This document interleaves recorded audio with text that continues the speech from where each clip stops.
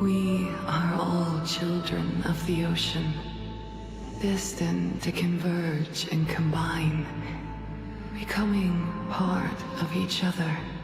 Aw, why can't I throw paper planes into your office? Isn't it a delightful surprise to receive messages that way when you're buried in work? These contrails of light, they are my flight paths in the air. Fly with me, if you want.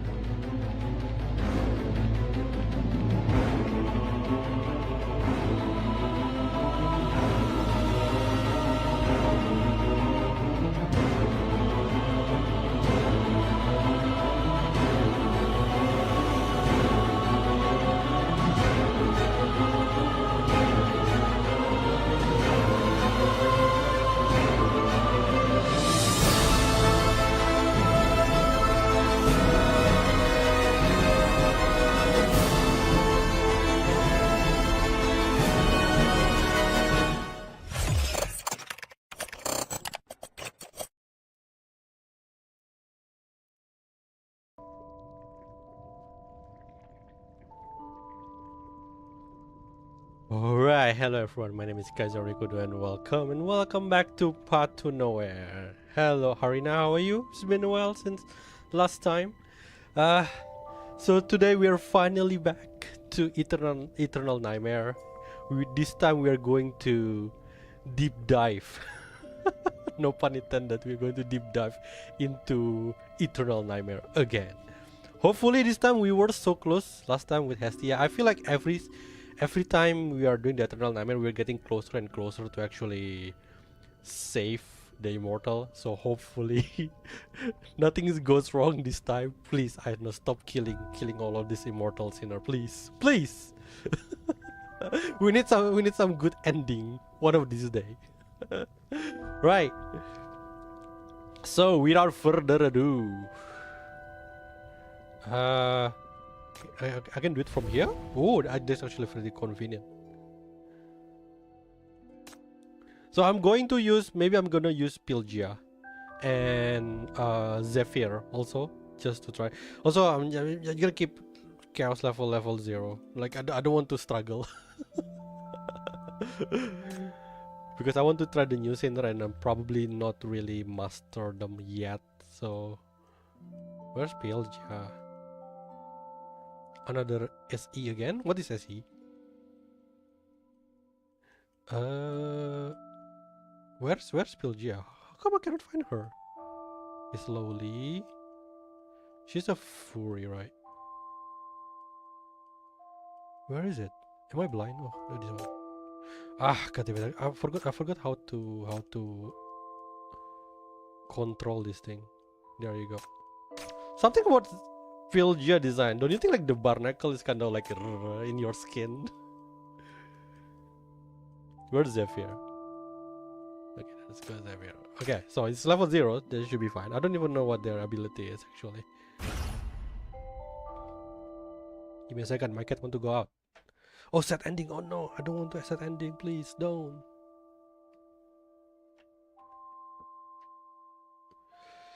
Okay. Attack speed when dealing damage to enemy with a pillar. This effect has 12-second cooldown. I'm gonna go with full. I kind of like turn on everything to be honest. So there's no focus one. Where should we go? Deep within the foggy DC, the illusory moon emits an eerie red glow. In a place like this, perhaps the only way to live is to keep moving forward. Temporal chaos. This one. Indicator. Defeat. Continue on defeated hunting shade boss. Is it the mantis one? Oh, okay, no. Okay, this one is Heart of Eternity. Sorry, I'm lost. This thing's getting really confusing. This one's also... Hey, Julian.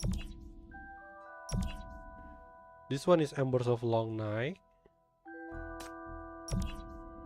Where is it? I'm really confused right now. This one is Hunting Shade. So where is it this one? Oh crap. Hello, I'm ready for the tears. Please, no more tears. I don't want to cry on the stream like little biatch. Hello, streaming update already? Yes! Has to do it on day 1. Is it this one, right? Where do I go? It is on this path. Through the illusion. Sink. You feel yourself sinking into the ocean. If you don't resist, you will only plunge deeper. Yet even if you struggle, you can't change what is about to happen. After all, how deep one can get into these dark waters has already been predetermined. Keep sinking. We're going deeper. Let's go. Oh, they started October already. Time flies. After 4 months, you hear news about the DC once again.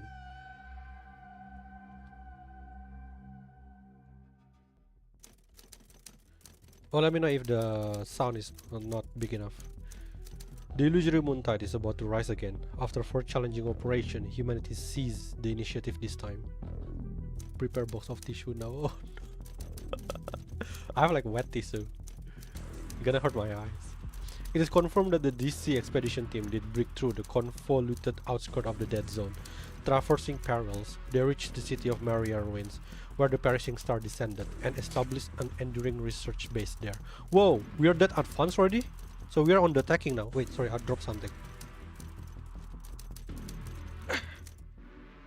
During the fourth investigation, our observatorium retrieved crucial time-space coordinates by tracking Chief.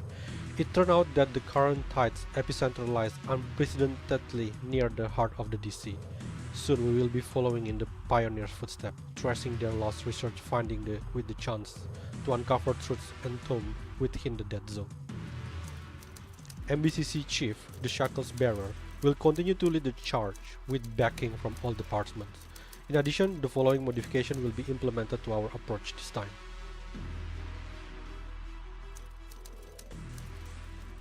During the last illusory moon tide, Chief connection to the moon was further intensified. Once the tide reaches its climax, Chief mind would inevitably connect with the Black Ring, resulting in direct consciousness contact with the Mania illusion and triggering severe mental contamination. Though we cannot completely block the influence of the illusory moon, we can reduce its risk coefficient, hence converting this perilous link into a control tool and gaining a chance to probe deeper. Over the past 5 months, the Ring Research Institute has developed a safety protocol. By limiting the Shackle's activity, we can suppress the illusory moon's corruptive influence on the investigator, thereby safeguarding Chief's sanity.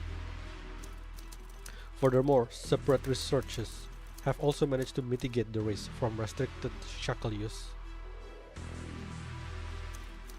The mania being that emerged during each contamination peak, formerly identified as contamination sources, have now been revealed as echoes of the expedition members who perished in the dead zone.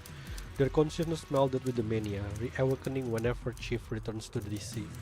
While the underlying mechanism remains unverified, and we cannot rule out the possibility of this being a trap orchestrated by the Black Ring, there is one certainty.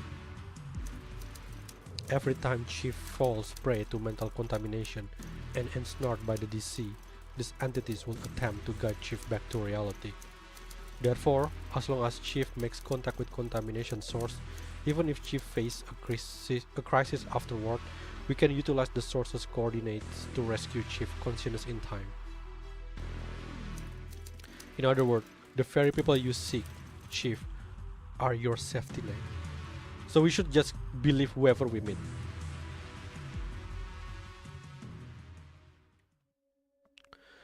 This contamination source is closer than ever to the heart of the Black Ring, he said. Correct. It is remarkably close to the impact site of the perishing star. Essentially, the intelligence we could gather this time might be groundbreaking. We may finally uncover the truth about the perishing star. I understand, and I will do it. There is just one more thing I need to ask. Is there any possibility of bringing them back? The key question! No, no. Given our current research findings, we can only guarantee the safe return of your consciousness. As for retrieving anything from the mania of nearly a century ago, there have been no successful cases so far. I regret to inform you that the closer those explorers got to the epicenter, the lower their survival chances became. This may not sound rational, but just think of it as a dream, Chief. Your task in the DC is to address the anomalies, collect intelligence, and uncover information about the expedition. Changing the past is no walk in the park. From the very beginning, they chose a path of no return. They marched bravely to their end, gambling everything for even the faintest glimmer of hope and possibility in the darkness. Their expedition has become history, whereas your expedition is to venture through that history to reclaim the lost possibility. Is it history though? But no one knows their name. I see. While the words are conveyed in scroll typically mechanical manner, you somehow discern a trace of that man's presence within. There's no way we can dismiss it so easily. Yeah, we also want to save them. An observatorium staff member leads you to a room filled with an array of scientific instrument. According to them, the protective equipment in this room can effectively shield your mind during the tide, a far more reliable method than previous attempt. Chief, everything set. Okay. Following the researcher's instruction, you lie down and watch as equipment emitting a blue glow slowly descend.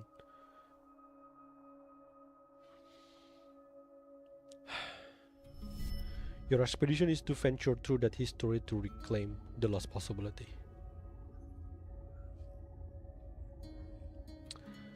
Let's get started. After a few minutes, your consciousness starts to blur. Your eyes gradually shut as you slip into a boundless dream. You wake up in an endless sea, its boundaries nowhere in sight. The water surface above you recedes, the moonlight tinged with a red glow devoured by the darkness below you, growing increasingly obscure. There is no suffocation, no panic even, just an eternal descent. The frigid, murky water envelops you, numbing all sensation and emotion.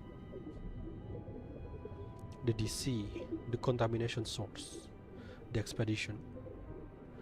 A few fragmented words flicker through your foggy mind. They are your crucial mission here, yet you find your body out of your control, trapped in this everlasting descent like an insignificant grain of sand in the vast ocean. After an unknowable time, you discern whispers emanating from the depth below. Give me a second.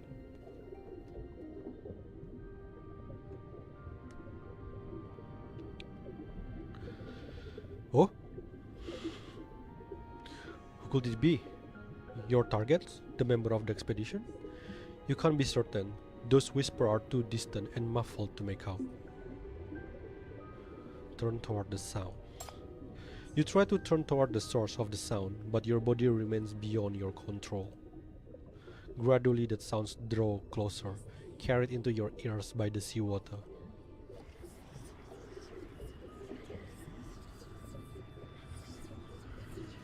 Whoa! The current shifts, turning your body along, and at last you catch sight of the source of the whispers.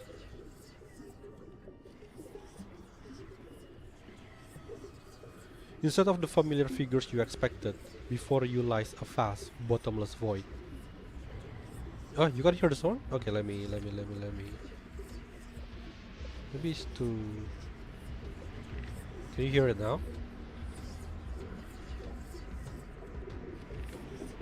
Is it better? Or you want louder? Better? Okay.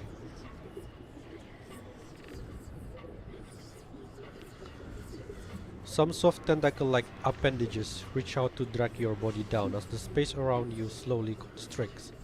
Above, the red glow becomes even more distant until it vanishes entirely. Something's wrong. There's a presence in the void. You cannot descend any further. You must break free to search for your targets. Escape.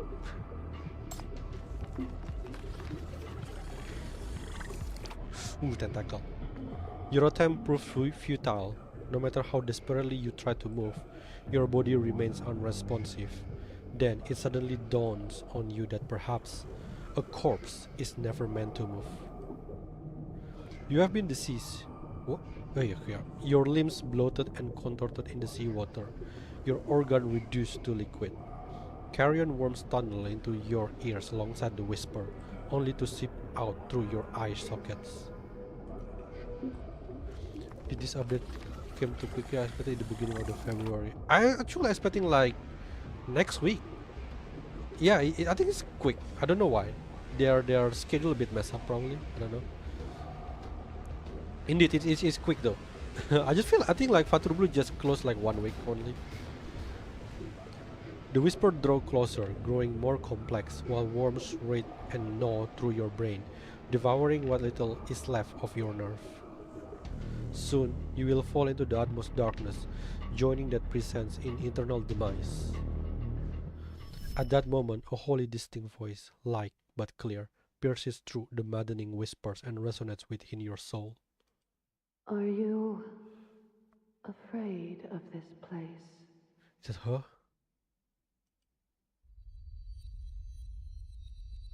Before you can answer, a hand reaches down and grabs you. Upon the touch, warm liveliness flows back into your body. You find a mysterious being before you, neither fully human nor wholly otherworldly, enveloped in a faint white light, along with numerous ethereal white little creatures. Her true form remains veiled from your sight. There is somewhere I must go. Not here. I see. Then, follow me. Let me take you out.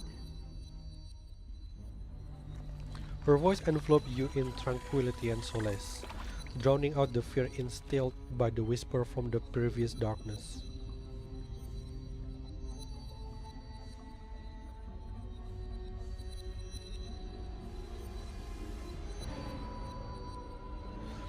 When you glance back, the tentacles that once ensnared you have already vanished without a trace.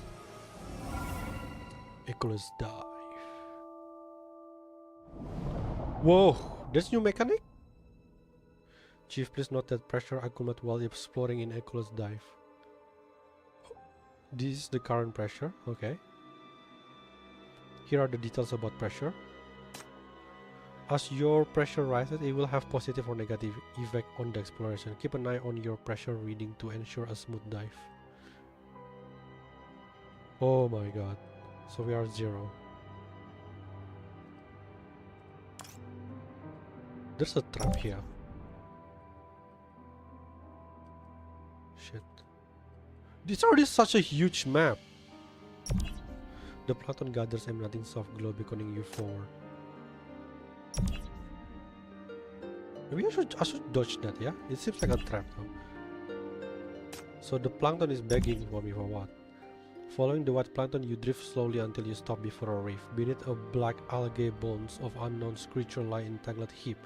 Occasionally strands of sticky flies floating up only to be devoured eagerly by the surrounding fish. The plankton will shape its information, pointing toward the shadow drench.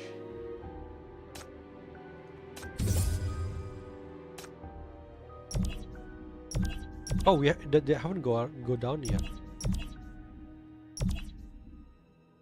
Hold your breath. I'm too lazy to fight. Let me just. Okay, what happened if I trigger the trap? Oh, it's lose my son. Oh god damn it, I'm trapped. Maybe I should go here. There's a trap there, so I can't go there.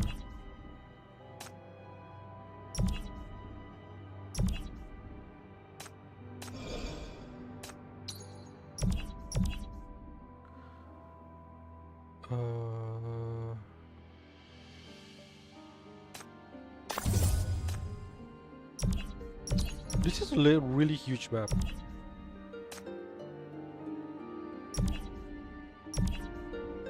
What is this? After the battle type, no allied units are present in that grid. An ops team. Oh, this one is a grid buff, so maybe whatever.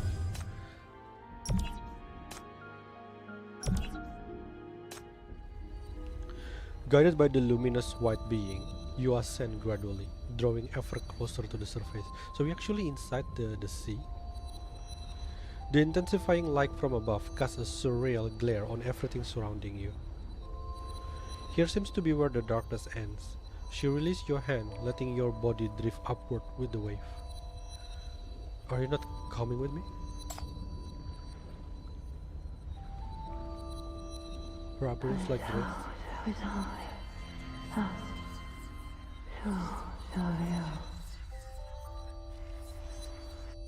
You want to return, to grab her hand and take her away from the icy waters, yet she doesn't respond to your intention, merely waving goodbye as she watches you drift upward.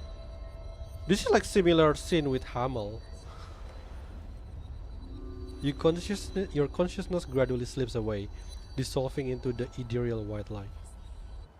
No, come back! I'm gonna come back and save you! Your eyes snap open, only to realize everything that just happened was nothing more than an illusory dream. in the water. Most likely. You find your clothes clean and dry, proving that the encounter was but a dream, and that you haven't even touched the sea. So do you mean like she died drowning or something? Look around. You find yourself in a small boat on the water. The sea is calm, with no sign of the colossal corpse from before. Wait, we are on that lake where the colossal corpse was in? In the sky, the illusory moon is no longer glaringly bright, but a faint presence in the heavens, as if observed through a veil of mist. As you look at it for the first time, there are no maddening whisper echoing in your ears. So does the colossal body can just appear and disappear? Is it the protection Stroll mentioned? It seems that you have anchored at the target space. The memories of that dream earlier are already blurring into a distant haze. Perhaps it was simply a transitional phase during your entry into the realm, a dream within a dream before the space settled, something that never actually occurred. Check the water below. The mirror-like sea surface reflects the red moonlight.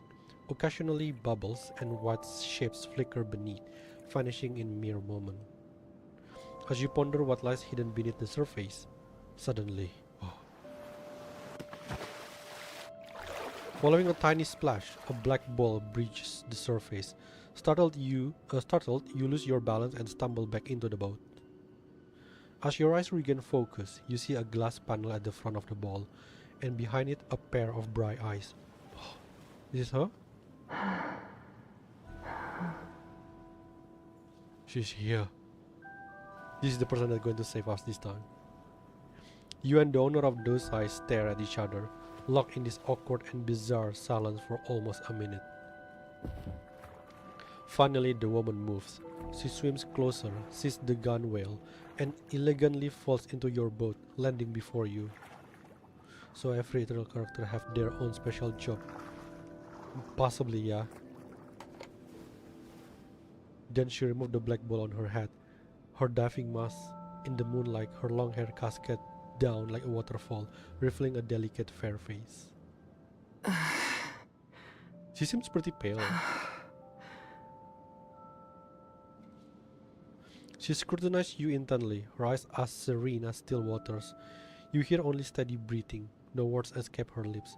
There is something oddly familiar and reassuring about this moment. Is it? No, I don't think it's Amber. Amber hair is yellow. A gut feeling tells you that she is one of the people Stroll mentioned. Your companion, your safety net, the target you must establish contact with in the mission. I don't like that sounds though. It feels like we have to find her just for escape. After a moment of silence, she finally speaks. You didn't need to come. Huh? She paused before resuming her speech. No need to come looking for me. I'll go back once my work's done here. Her manner appears aloof, yet you sense no hostility in her. She simply comes across as a socially awkward person, merely attempting to convince a companion to live away from danger. I don't know, the vibe is kinda similar with Vanilla. Try to come up with something. Oh, typo. Try to come up what the hell something. As you consider how to break the ice and gather more information about these waters, a shout reaches your ears from the distance. Hey! Over here! You look up and see a small submarine approaching your boat. The submarine stops before you.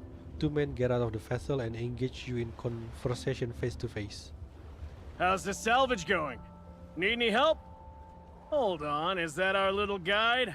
What are you doing here? We are on the small body again. The man speaking seems to know Pylgia very well and see you as a child, just like everyone else here before. Wait, we haven't got to know her name yet. How come suddenly the narrator already put her name in here? You here for Pylgia too? Well, come on into our sub. Okay, now she mentioned it. Oh my god, this gives me phobia. It's too cramped. Like always, you follow them into the vessel as the little guide again and manage to gather more insight into the expedition. After a grim crisis several months ago, the expedition tracked the flames to the DC border, where they set up their base camp. The team members assigned to investigate the DC and the perishing star have assembled submersibles and boats, already undertaking several diving and salvage operations. Our mission this time is to retrieve the data collectors deployed during the last moonrise and bring them back to Shin. Shin. Is that another new character? The Shin he mentioned seems to be the ocean scientist on their dive team.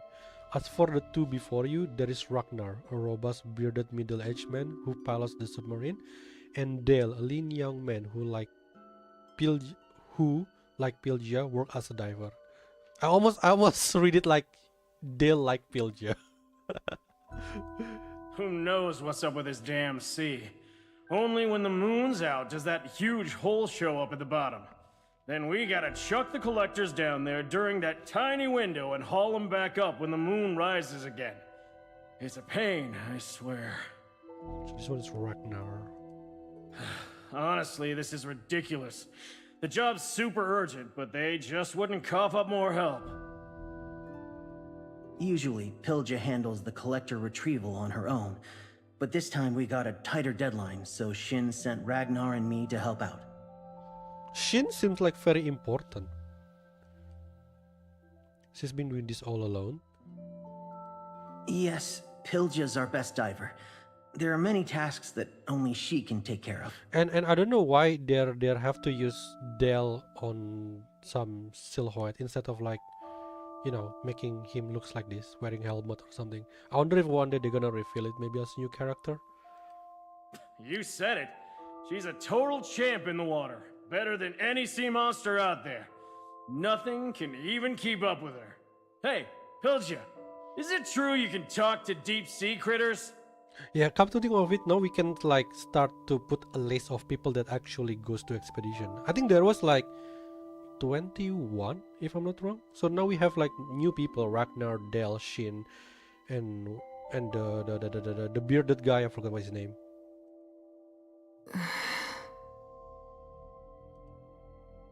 Pylgia offers no verbal response, standing alone in a far corner and letting an awkward silence permeate the air. Shin could be new next immortal. I hope so. But the next immortal is Catalyst, isn't it? Only Catalyst that is not yet released. Seemingly well acquainted with Pylgia's character, Ragnar displays no unease and continues talking in a relaxed manner. This mission's a big deal. Those collectors mean a lot to Shin's crew. We'll be counting on you to lead the way once we dive in. You good? They keep saying Shin's name, seems like very important. Actually, Pylgia wants to speak but hesitates for a few seconds before finding back her voice. you didn't need to come. I can handle it here. Her tone lacks any trace of arrogance, nor the firmness expected in a refusal. Perhaps she is simply concerned about the safety of her companions. Things are different this time. All our collectors are down there. It's too many for you to manage alone. Yep, right on the money. Those scientists keep yapping about how the seabed shifts with each tide. So we gotta grab all the collectors now. No chance you could handle that on your own. If we lose even one of those precious gadgets, we'll never hear the end of it from the folks on shore.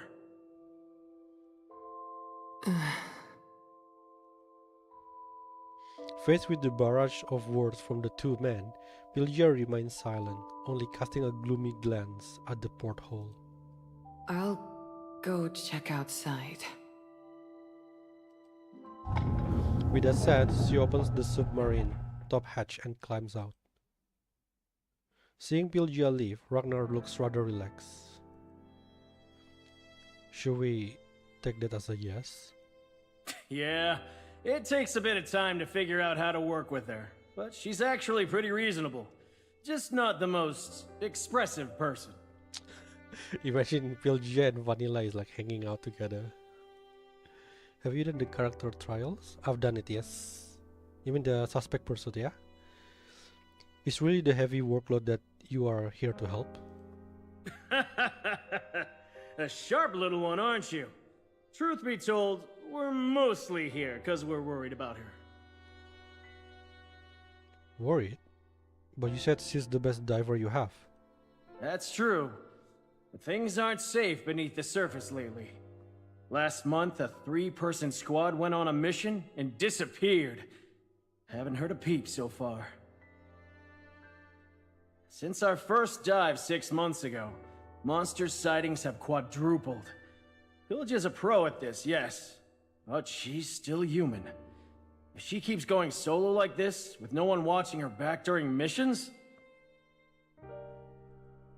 we're worried that one day she might run into a monster and... Ragnar.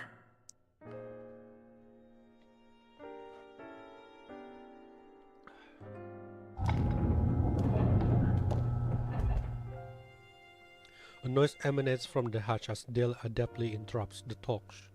Shortly after, Pylgia enters. Equipments are all set. We can go now. Wait, let me drink.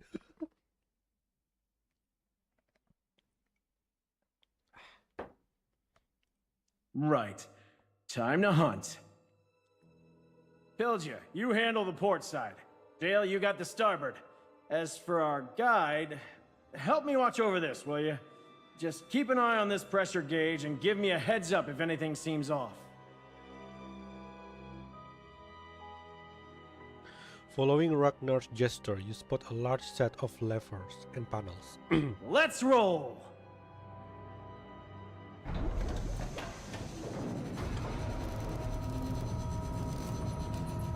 I mean, when was the last time we didn't run into a monster?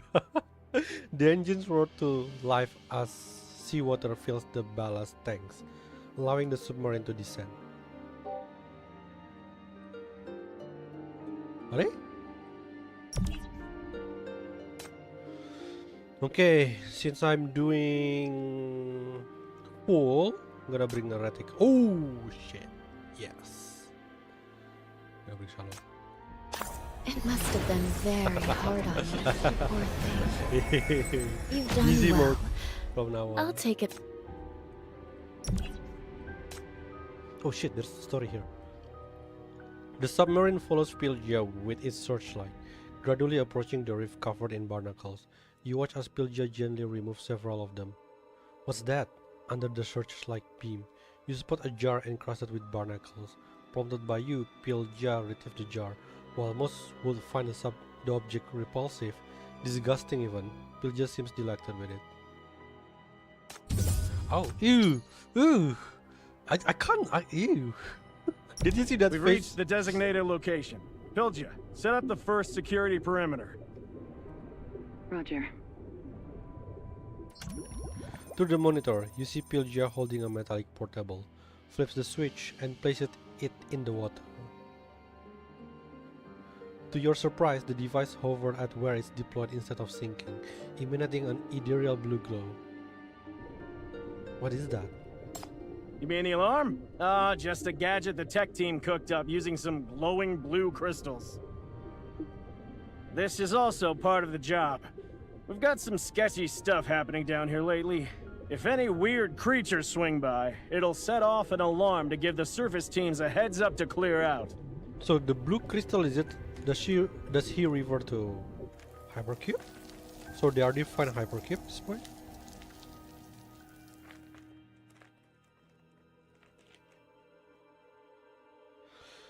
Through the device dial, you catch sight of a shimmering blue crystal Ragnar spoke of. Although this crystal structure resembles that of a hypercube, their appearance is vastly distinct, more like flowers blossoming on a plant. Don't you think that the flowers looks like the flowers when during the prologue when we are start the game?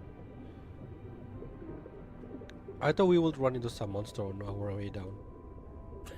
Hold your horses. Won't be long. 11 o'clock. Evade.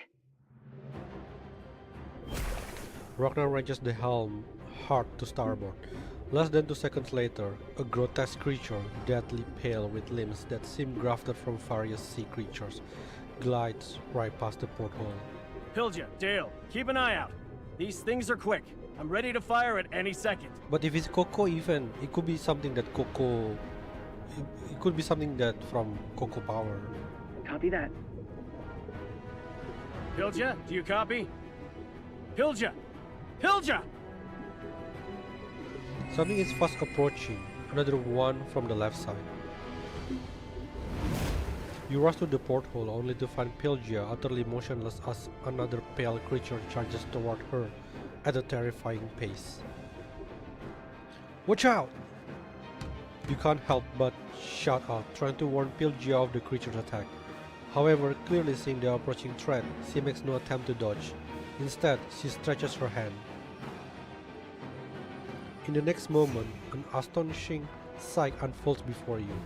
The creature slows down as if restrained by an invisible force, eventually suspended right in front of Pylgia.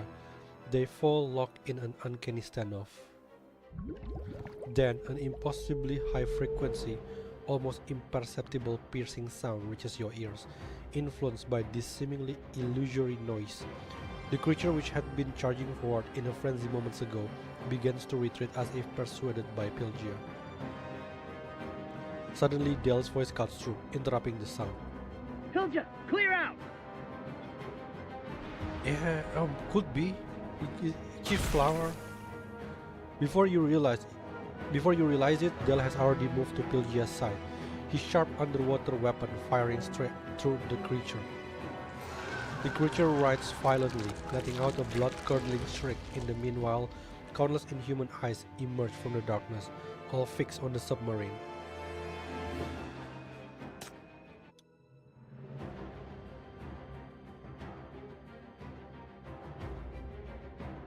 Wait, it's only one side? Okay, I don't have much to contribute on this the is front not line. good. Gaze into the abyss. Oh, do I really have to stand here? How about I spin the props and throw I mean, it from above? Zephyr ultimate is crazy. I've tried doing the suspect person, the damage is so huge. I think you can one shot literally everyone, even an elite one. Oh.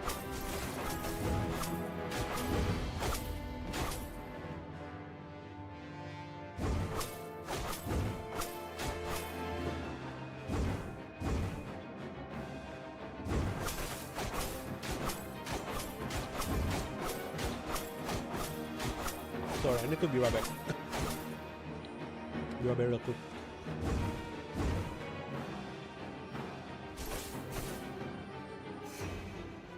My work here is done.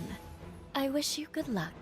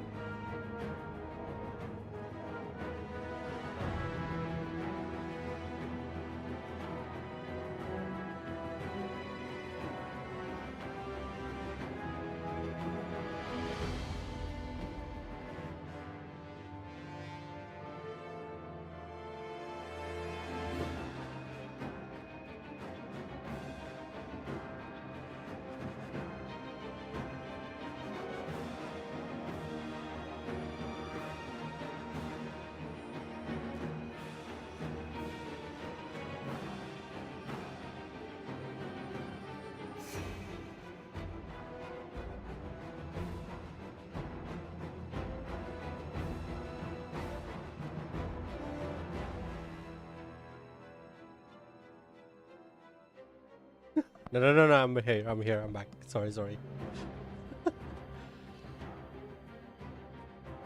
Okay, let's continue.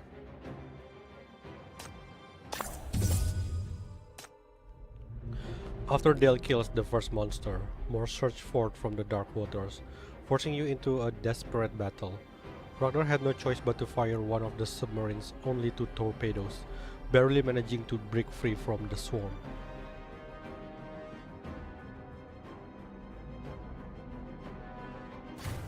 As the battle ends, you glance at the pressure gauge and find the descent speed higher than expected.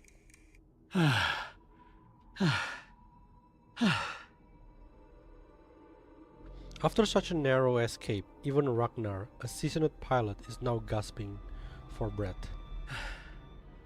Pylgia, you alright?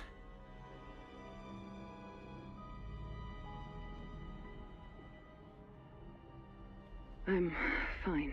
I don't know why I have a feeling Ragnar going to die. Good. But don't freeze up like that again. If Dale hadn't jumped in fast, you might have been in serious trouble.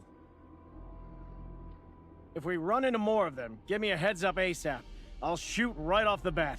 I'm not letting them get near us again. Don't need to fire. Maybe Pylgia can talk to fish. For some reason, Pylgia's voice is breaking up, and with the radio static added, you are unable to discern what she is trying to say. You check the monitor and see that she continues to swim alongside the submarine, as before. Nothing unusual. What did you just say? Couldn't catch it. Don't fire. I said, She pauses for a long moment, only to force out two words. never mind.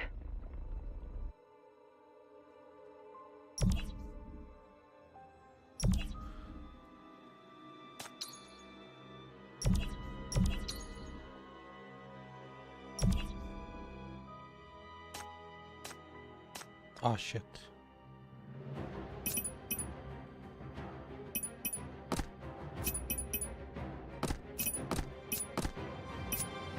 Case in.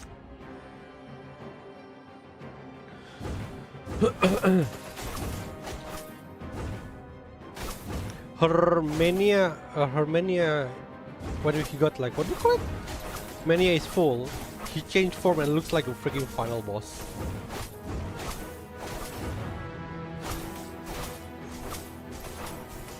Enemy control tower jammed! I think we're almost there.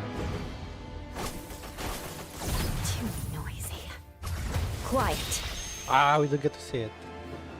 Maybe if the enemy is stronger. I wish you good luck.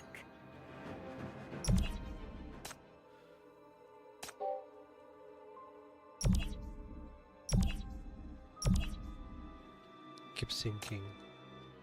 Following the earlier battle, the monster sighting haven't diminished. They have become more frequent somehow. Even when repelled, they simply withdraw into the shadows, biding their time for another opportunity to attack. Something's wrong with the pressure gauge readings. We shouldn't be descending this fast. Is it the monster doing? It's okay. We'll be fine. This won't happen again. Probably. Probably. What? Ragnar, his eyebrow knit in a frown, has completely forgotten that he had asked you to give warnings. He steers the submarine while attempting to reassure you, the only child on the team. Disregarding Ragnar's comforting, you focus on recalling the monster traits. The first one you encountered was hideous in appearance but not inherently aggressive. Pylgia even managed to pacify it initially. Nevertheless, as the battle persists, the newly appearing monster become increasingly fearsome. They exhibit nothing but hostility towards any movement, launching attack at every chance when their numbers amass. Has the combat heightened their aggression? Or perhaps...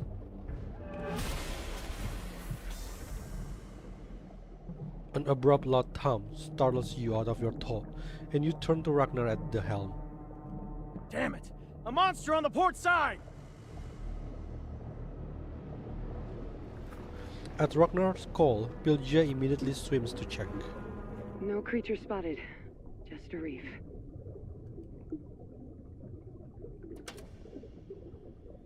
As Pylgia shines her searchlight, you all look over. The monster revealed itself to be nothing more than a deformed coral rock. Shoot. All right. Ragnar mutters under his breath, but the tension remains unbroken both inside and out. The frequent battles have left everyone on edge. It's so scary. I know, right? The artist looks scary. I mean, like, deep within the deep sea is already scary. You don't know what kind of creature there is. As the searchlight beam moves away, everything outside fades back into darkness. In the porthole, you catch a glimpse of yourself, a child sporting a red neckerchief, referred to by the expedition as the Little Guide.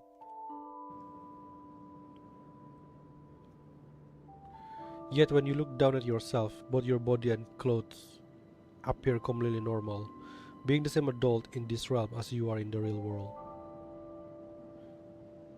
So this place does have the truth about my past.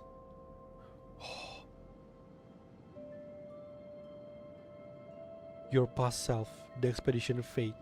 Your mind starts to wander as you recall Ragnar's earlier joking about being taken by sea monster. Does it mean that it confirmed that the little guy is chief? The previous nightmare of falling into the vast void, could there be a forewarning of things to come?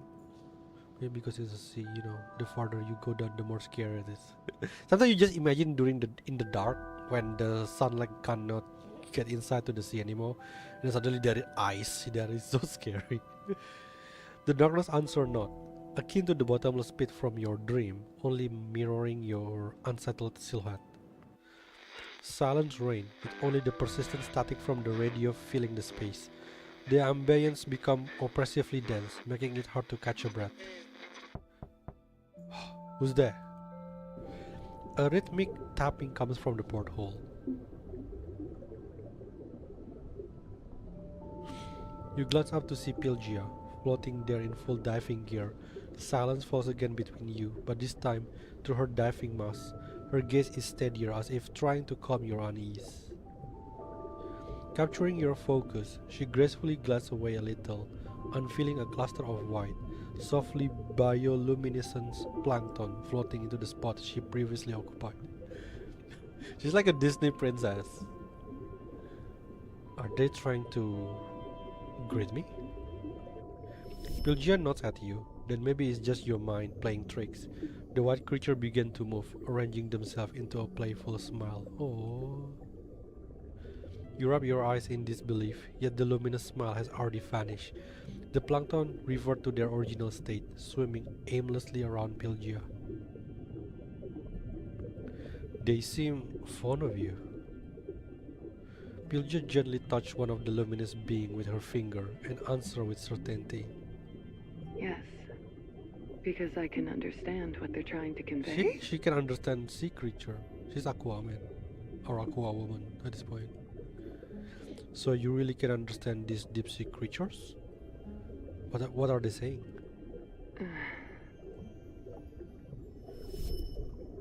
I can see the smile, so cute.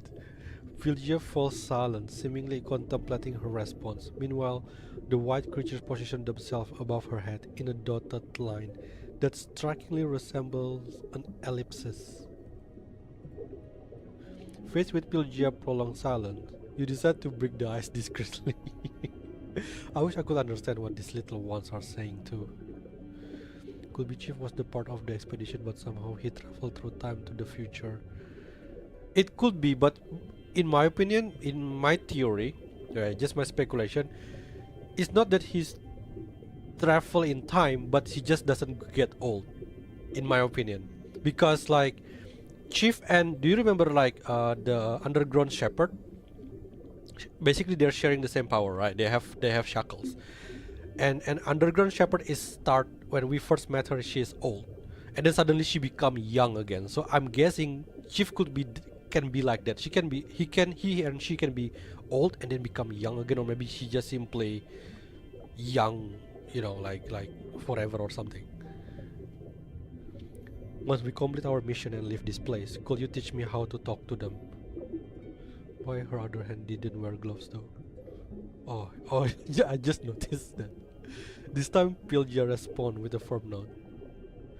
The submarine rocks slightly in the turbulent currents. Pylgia casts a glance downward and waves at you. We're approaching the target location. Hey, I'm late. I guess We'll I'll go have find to a replay suitable this when this spot to dock. ends. Hey, boy. I just find it funny to call your name. Hey, boy. So I just call you boy. Pylgia returns to her duties. Welcome, by the way. Pylgia returns to her duties, but not before giving you a nod that seems to say, "See you soon." In this private moment, you glimpse a spark of life beneath her reserved facade. Being a child sometimes does work wonders. You smile and then glance back to where the luminescent creatures were, only to find that they have vanished without a trace. Under Pylgia's guidance, the submarine descends to the wide sandy seabed, swaying gently. While Ragnar and Dale relieve and convinced their mission is half complete, see only hope. What you see outside is the stark opposite, an omen of anything but a safe return. Oh no, is it the illusory moon is activated? Oh shit, is it like rising there? Is it? Beneath you stretches a vast void of infinite darkness, the submarine anchoring right at its edge. This is the place in my dream.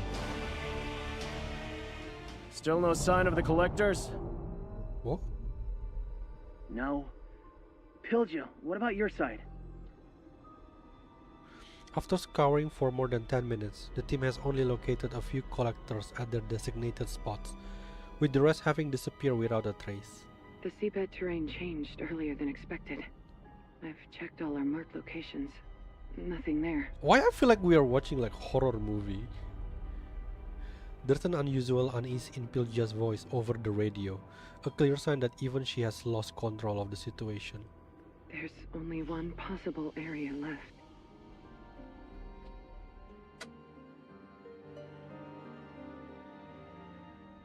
All four of you simultaneously turn to gaze at the vast void. For the past 10 minutes, you have all silently agreed to ignore its existence. Anyone in their right mind can sense something down there, something so terrifying that none of you dare to voice the worst possibilities. The collectors are probably down there. No, don't get inside, please. The Maw of the Abyss. We've got some serious trouble here. The Maw of the Abyss. This is the first time you've heard your team members name this enormous void. Dark, cold, harboring untold dangers, devouring all. Truly, no name could be more fitting. We should go back. Oh, good idea. I understand your worries, Horror but movie more like Subnautica, the devs like one look at the game and said we can make a story. Are we gonna meet Leviathan then in here? Ragnar, upon hearing Pylgia's proposal, showed an uncharacteristic hesitation. those collectors are the dive team's life. Shin's whole crew is counting on them. If we go back empty-handed, this mission, no, the expedition, would be pointless. Sorry, but I really can't give them up. But it's our life is on the line. What the hell, man? But Pylgia's voice carries even more concern. we've never dived down into the abyss before. We're clueless about what lies in there. I can feel it. It's dangerous. Listen to the pro. If the pro says it's dangerous, then don't. When the sham diver, known for being fearless all the time, used the word dangerous, the tension in the air grows even thicker. Maybe when the next tide comes and shifts the terrain again, the collectors might resurface from the abyss. And then... The odds are too low. We can't afford that risk. Oh, this is why men die so so easy. Do you know that meme? Do you know that meme? That meme. Why men they just die so easy like that? Because shit like this. Listen to her. Dell's voice, somewhat hoarse, comes through the radio. Resources are stretched thin. The tech team won't be able to manufacture another batch of collectors for us. We can't just sit back and watch 6 months of everyone's work go down the drain.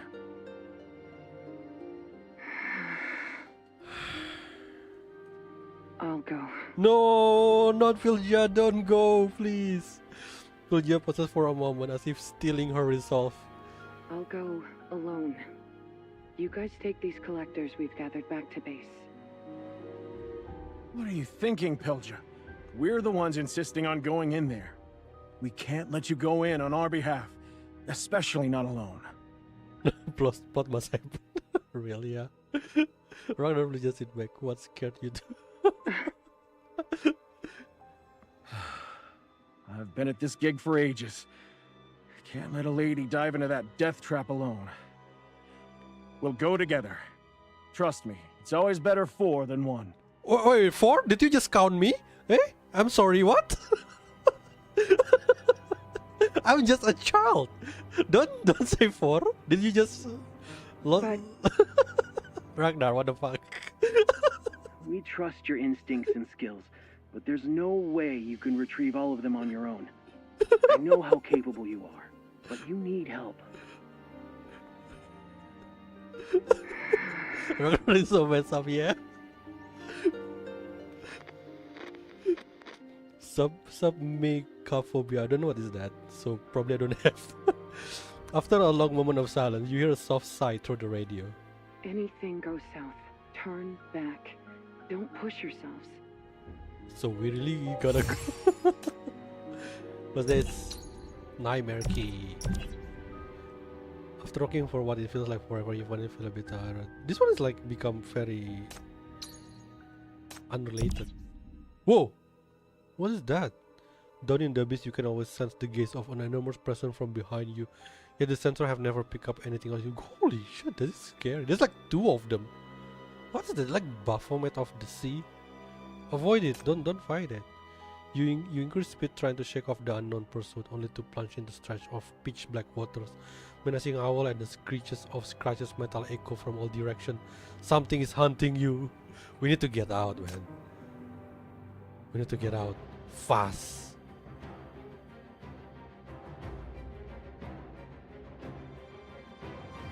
Eh? Why this one doesn't have the thing? I don't have much to contribute on the front line. Oh, do I really have to stand here? How about I spin the props and... Why they don't ask you our opinion? They don't even ask our consent. Do you wanna go or not? They just immediately decide for us. Enemy control tower Dude, I just jammed! missed, goddammit. Enemy Die. control tower jammed!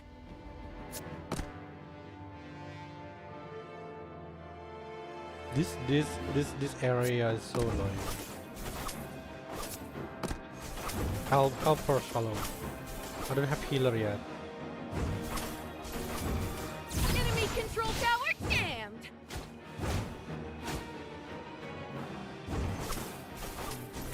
What did you expect? China kids go to work. My work They here didn't is tell us done. to chill at the I time, wish you to good sit luck. and wait. We need 20 years of experience when apply for a job after. We need it in our resume. For each arcane sinner in the sea, highlight in it again. I don't have any arcane though. It's gonna just randomly for now.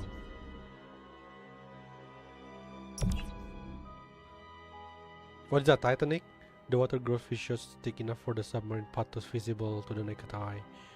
Massive shadows slowly approach from the front. Back up, that's the monster one. What? No, it's a ship! Someone shout. Looking closer, what you thought was a shipwreck revealed itself to be an enormous fish. Its sparse fang rising like... What the hell? That is so scary. Oh shit, what happened? What did I just do? You encounter a group of humanoid creatures that look small and frail gathering in a group on the rock face ahead. Their hollow eye sockets are responsive to the searchlight powerful beam. Let's retreat, man. That's the best I got, damn it.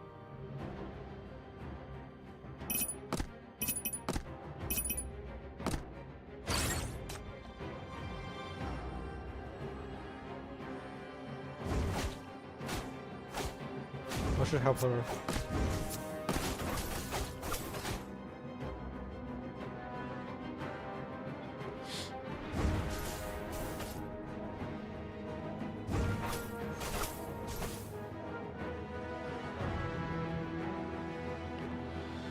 Enemy control tower jammed! Too noisy. Quiet.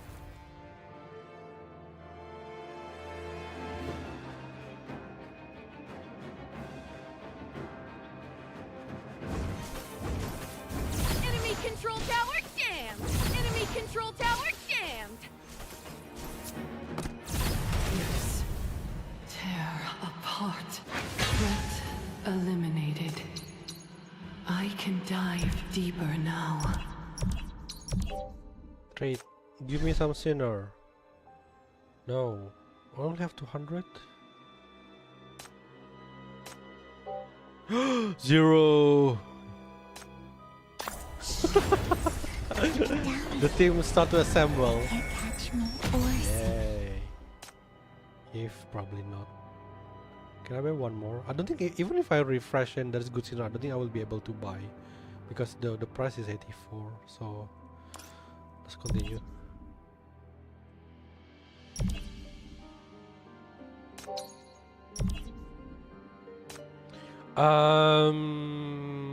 I need a catalyst. Ariel is fine though. Or Enfer. Just in case, I'm just gonna bring one healer. I came falling back after doing so many wrong things.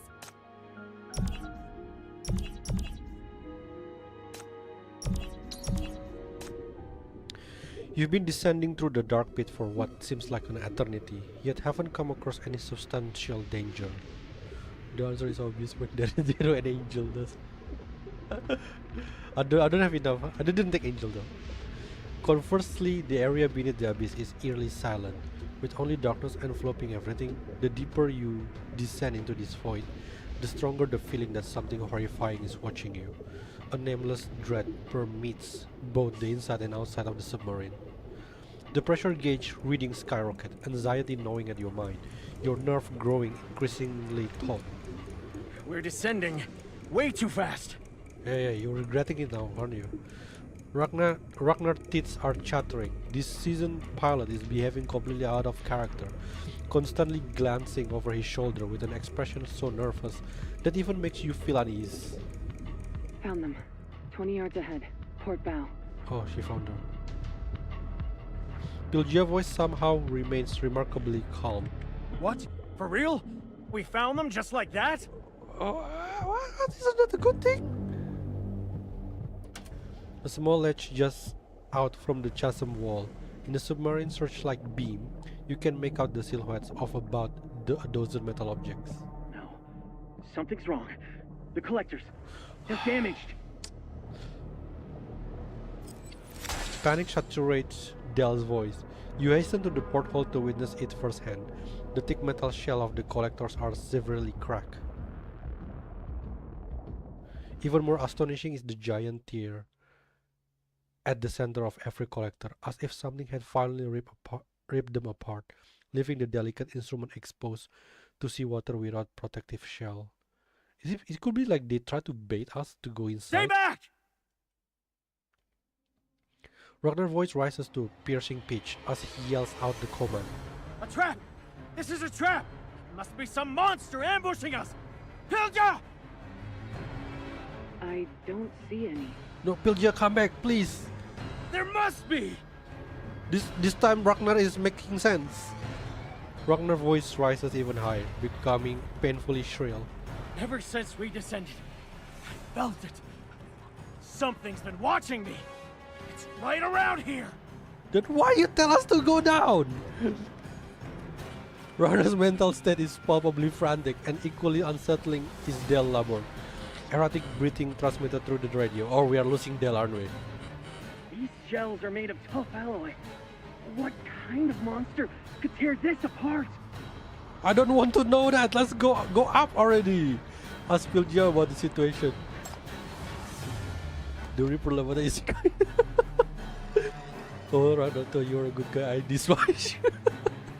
Both Ragnar and Del are on the verge of breakdown. A highly uncommon situation for such seasoned sailors. You take the radio from Ragnar, hoping to get a response from Pylgia. Pylgia, are you sure you don't see anything? No. Pylgia speaks in her usual monotone voice. Ragnar and Dale don't seem normal. We must go back. Pylgia, can you take the collectors? Got it. It's taking some time for Pylgia to carry all the collectors alone. Before you, Ragnar rumbles in an unintelligible tongue, his eyes bloodshot with foam frothing at his mouth. Outside, Dale mutters incessantly while swimming in agitated loops around the submarine. What? They're going crazy already? The tension and unease persist, and you two begin to sense something is amiss. A disquieting feeling of numerous watching eyes. Drawing from your past experiences, you suddenly realize what the problem is. Human emotion manifests in the reality of the DC. Therefore, at this moment, the unrestrained fear of Ragnar and Dale is awakening something that should never have existed. It's coming! It's here! Well, the one who said the idea, you select the biggest one. This is your salvation. Why all of you hating on him? Outside, Dale suddenly starts pounding violently on the hatch door. Let me in! Let me in! Open up! Sorry, but I remember that meme. Let me in! Let me in! Wait, what? Dale, what? Watch out! Pylgia's voice comes through the radio before you start to speak. Oh, shh! We are losing him! Before you can even say or do anything, a massive tentacle emerges from the darkness, violently piercing Dale's chest. Ooh! That's pretty gore there. Under the pale searching light, a red mist explodes in the water. Dale lets out an agonized scream as the tentacle drags his slim body into the darkness at an astonishing speed. Shit! The seafloor suddenly begins to shake violently, unleashing a profound, deafening rumble. As white sand cascades away, the rocks beneath shift slowly, revealing myriad viscous, black and white crystalline objects. Holy shit! What is that? The creature? What is that? Ragnar stares in disbelief as the killing unfolds just before him. In the darkness, a bone-chilling, grinding sound reaches your ear. I gotta get out. Gotta get out of this hellhole. Oh my god, that is huge! How deep are we?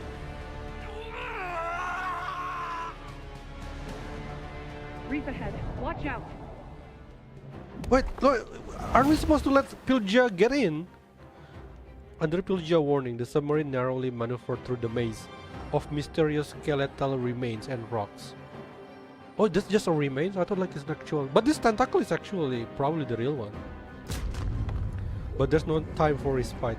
The colossal creature trails closely behind, resembling a leviathan of flesh and bone, smashing through everything in its path. The massive impact echoed through the abyss, like the tolling of a demonic bell, signaling impending doom. Ragnar, we need to surface now! No way we can get rid of it in the abyss! But Ragnar appears entirely impervious to your words, his entire body stiff as he holds the depth helm at its utmost limit. His bloodshot eyes dart repeatedly to the pressure gauge. However, when you divert your attention to the pressure gauge, the reading hasn't diminished in the least. Instead, the needle is quivering violently towards the right. You finally realize that as your companion's sanity fractures, some indescribable force is dragging your submarine, tons of solid steel, relentlessly deeper into the abyss. Oh shit! This is the worst case of scenario. Go to see and be the baits. Crap! The pressure is getting... In the depth of the ocean, alien creatures swarm toward you from the darkness. Can I... shoot. I should switch to... Gaze into the abyss. I don't like to fight, but I don't like to flee. That was intense! The Ragnar slander must continue. You guys are hating on him.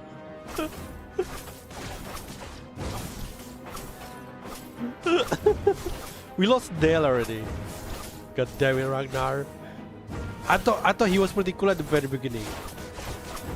And then he just have to make a stupid decision like in every single horror movie. Yeah, we have to go.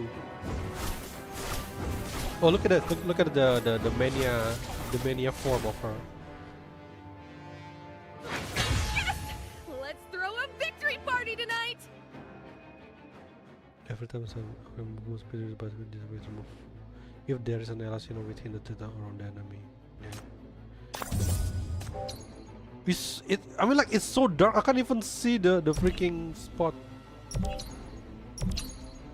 100 current pressure. We should have lost Ragnar.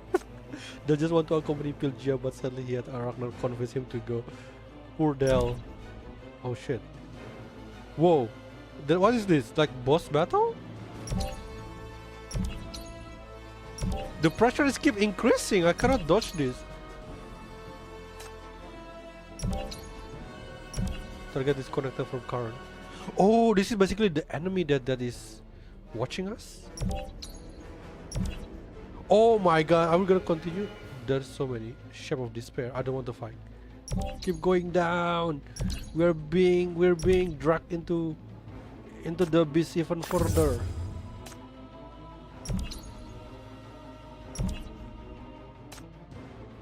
Damn, the fact that they're actually making like the path is going down and we are in the story we're currently being dragged down is actually genius.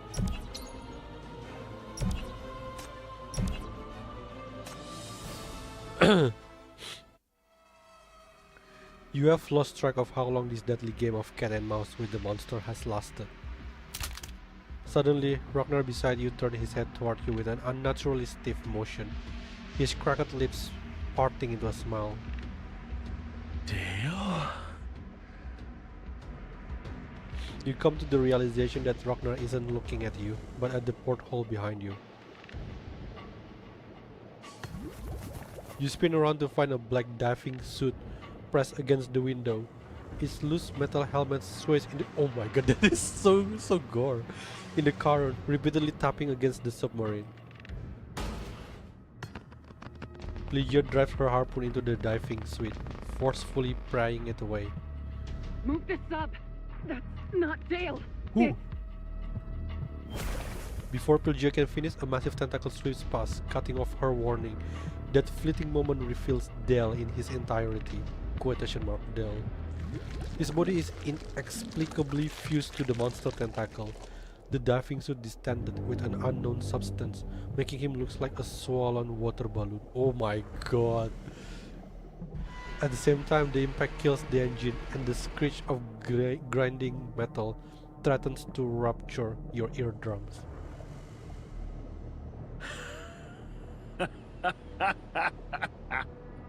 Yeah, Pylgia, you better survive. So this is the way out.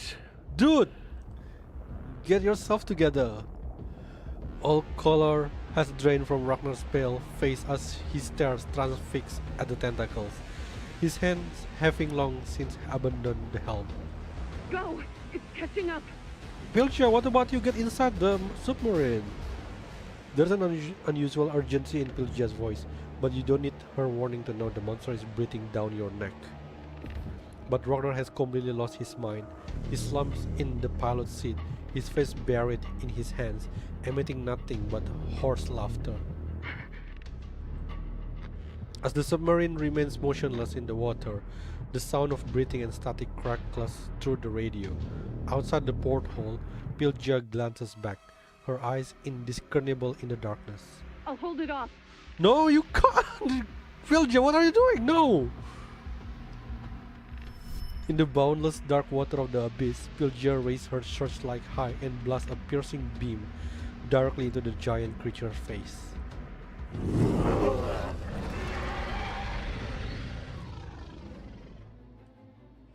The monster, having lurked in darkness since time immemorial, recoiled from the intense light.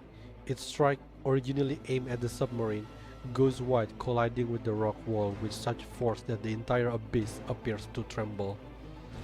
Shortly after, it noticed the tiny figure that dares to provoke its might, unleashing its pale, slimy tentacle to lash viciously at Pylgia. Pylgia dodged the lethal strike with incredible agility. Wow, she's good! Yet there's no respite for her as more putrid tentacles come crashing towards her, one after another. Try to snap Ragnar out of it. Slap him! Wake up, Ragnar! You're just holding off the monster. Start the engine right now! The submarine violently shudders as tentacle outside exert unimaginable force, hurling the vessel deeper into the abyss. The impacts throw you to the floor. We can't let her effort go to waste. Go to waste? Don't you get it yet? Ragnar turns his head with mechanical stiffness to gaze at yours sprawled on the floor, his mouth stretching into an impossible grin, nearly reaching his ear. What? Are you like the Joker? As black ooze seeps from his eyes, nostril and gullet. We are losing him. We are losing him. It's all in vain. There's no escape. We're doomed. No. No. It's been so many times. You knew it. The moment we entered this, we were already dead. What? Ragnar? No. This isn't Ragnar anymore. Some entity has seized control of his consciousness. It knows your history, cognizant of your countless futile struggles in the deep sea. You can't save her. Or anyone. You never belonged here. Outside the submarine, Pylgia persists in her battle with the monster. Despite her unparalleled speed underwater, she's but a raft in a tempest, destined to be engulfed by the monster's relentless assault. Oh! A muffled grunt of pain comes through the radio. Pylgia! Pylgia offer no response. All you can hear is the endless rumbling of Ragnar by your ears. This is Again, this is even quicker than the last time. Pylgia, where are you? There's still one torpedo left on the sub. Maybe you can use it to blast through the tentacles, but there's only writhing darkness wherever you peer. You can't even discern the target to strike. Your hands tremble as rage and frustration scream to burst out of your chest, yet with nowhere to be vented. Once again, a companion vanished before your eyes, and once again, you are utterly powerless to stop it. I'm fine. Suddenly, Pylgia's weakened voice crackles through the radio. The familiar figure appears outside the porthole. Harpoon gripped tight, Pylgia navigates through the onslaught of attacks as dense as a fishing net, turning the battle into a deadly dance. The fact that she can keep up with such a huge thing is actually incredible. She's not even a senior yet, I don't think so. I can try to hold it off for a while longer. If Ragnar couldn't make it, at least there's you. God damn it, no, but I'm just a Get the child. engine and get out of here. No, come with me. Get Ragnar and the collectors back. Please. Pylgia isn't dead yet, but like every companion before her, she is willing to sacrifice her life to light a path through the darkness. No, we're not gonna lose another one! But you refuse to let it end this way again, even if just this once you want to save someone. There is still a way, we can make it back together. I won't let you go, not any of you. You must save Pylgia and Ragnar, even though he is being possessed by something. Wait, or perhaps Ragnar is the key to all this. Yeah, she's the key of problem. He's slouching in the pilot seat at the moment, his blood-red eyes lock on you in an unblinking gaze. If emotion can shape reality in the DC, maybe by stopping him from spreading fear is the way. Oh, finally! Knock Ragnar out! Yes! You grab the spare you grab the spare oxygen tank and smash it against Ragnar's head. Without a moment to react, his body shuddered violently upon the impact before he collapsed unconscious. Do it one more time to make sure! Almost instantly, the monster outside freezes mid-motion, like data running into an error. It hangs suspended in place, even the shrill scream falling silent. However, the peace lasts only a moment before the creature resumes its movement. Yet this time, you unmistakably sense that its speed and strength have significantly worn. Wait, if we hurt Ragnar again, maybe it will freeze again. Pylgia, listen up. I'm taking the tiller now. We can still counterattack. There is still a chance. You drag the unconscious Ragnar aside and take the pilot seat.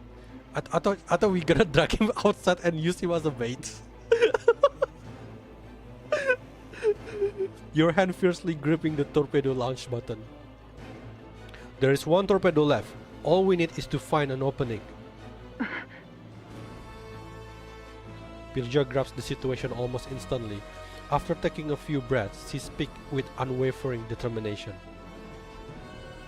I'll lure the tentacles away. Aim at me. What? What? But what about you? Trust me. Are you okay? You can dodge. I think you can dodge. You're so good. Okay. It's undoubtedly a plan bordering on madness. However, with only one torpedo remaining, you have just this one chance to strike. I believe in Pylgia, but not in Ragnar. You have no choice but to trust her. Perhaps she's the only one in the world who could pull this off. Okay, I trust you. You restart the engine and turn the submarine around. Your finger clenched tightly on the torpedo launch button. At the same time, Pylgia charges forward at an incredible speed, her harpoon paving the path ahead. In this instance, she resembles an unstoppable marlin as she dives headfirst into the tangle of tentacles. She moves too fast and dives too deeply for the tentacle to catch up with her. As they pursue and jostle against each other in their chase, they inadvertently form a small pocket of space around Pylgia at the center. Now. Following Pylgia's signal, you press the torpedo launch button. Your heart coughs in your throat. The gap between the tentacle is too narrow, and at such a high velocity, even Pylgia can visibly alter her course. The torpedo will strike her, propelling her body directly into the monster. But in that split second, Pylgia executes an impossible maneuver. She springs upward at the final instant as the torpedo streaks past her in a flurry of bubbles and currents, descending deep into the tangle of tentacles.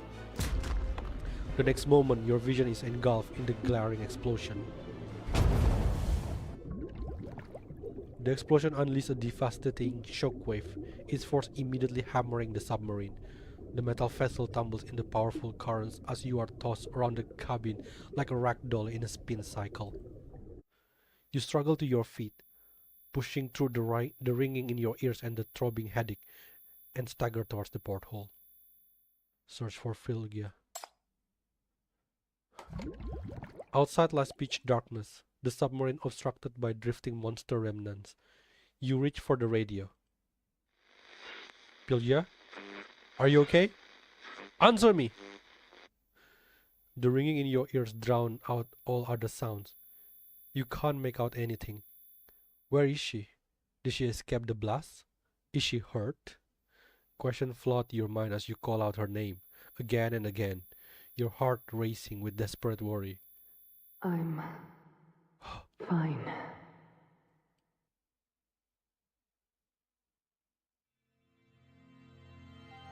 At last you discern Pylgia's voice, enveloped in a gentle white radiance.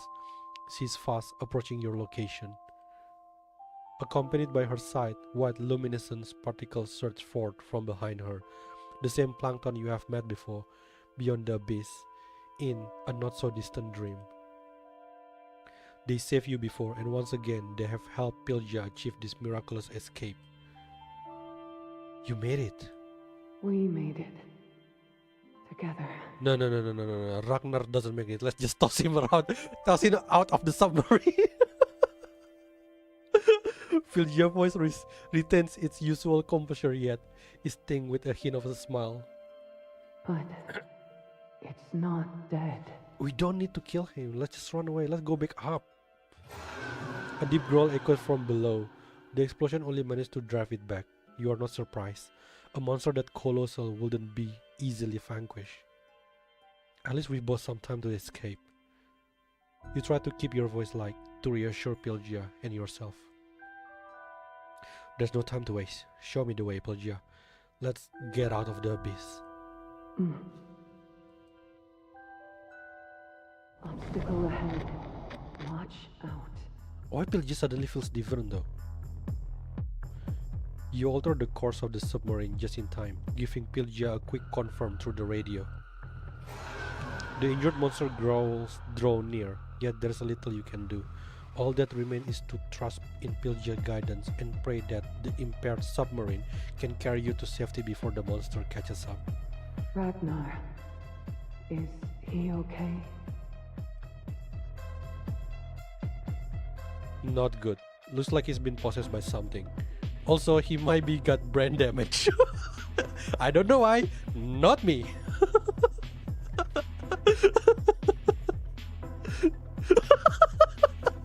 Let's just kill him. He seems trapped in some terrible nightmare. His eyes are shut tight, his face alternating between terror and eerie grins as he mumbles incomprehensible words. Dr. Banyan will cure him. Oh, Sure. are we gonna see Dr. Banyan?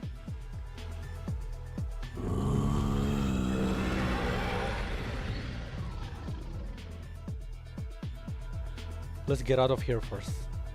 Okay.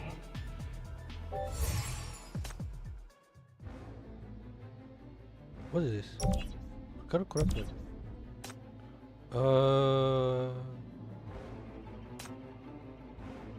Drea is good too, but I want Lady Pearl.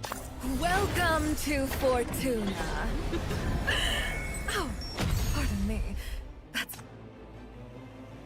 This one is, they should go up. Shit, gotta connect. Okay. Damage wounds to 0.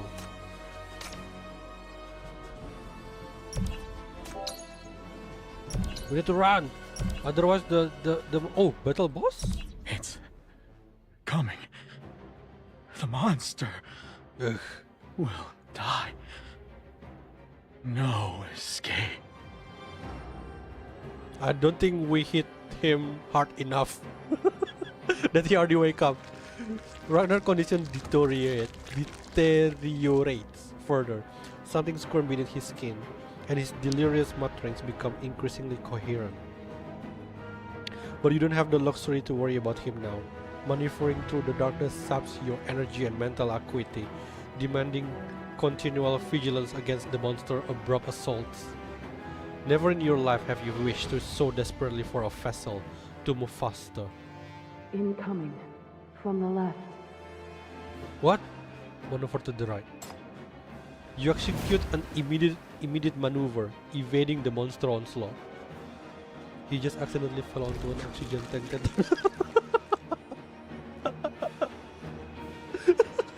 You guys are so mean to Ragnar, but I approve. Through the porthole, you catch sight of the monster in complete form, marred by the explosion. However, its fractured tentacles and mangled shape have not impeded its pursuit. If anything, the damage has rendered it even more fearsome.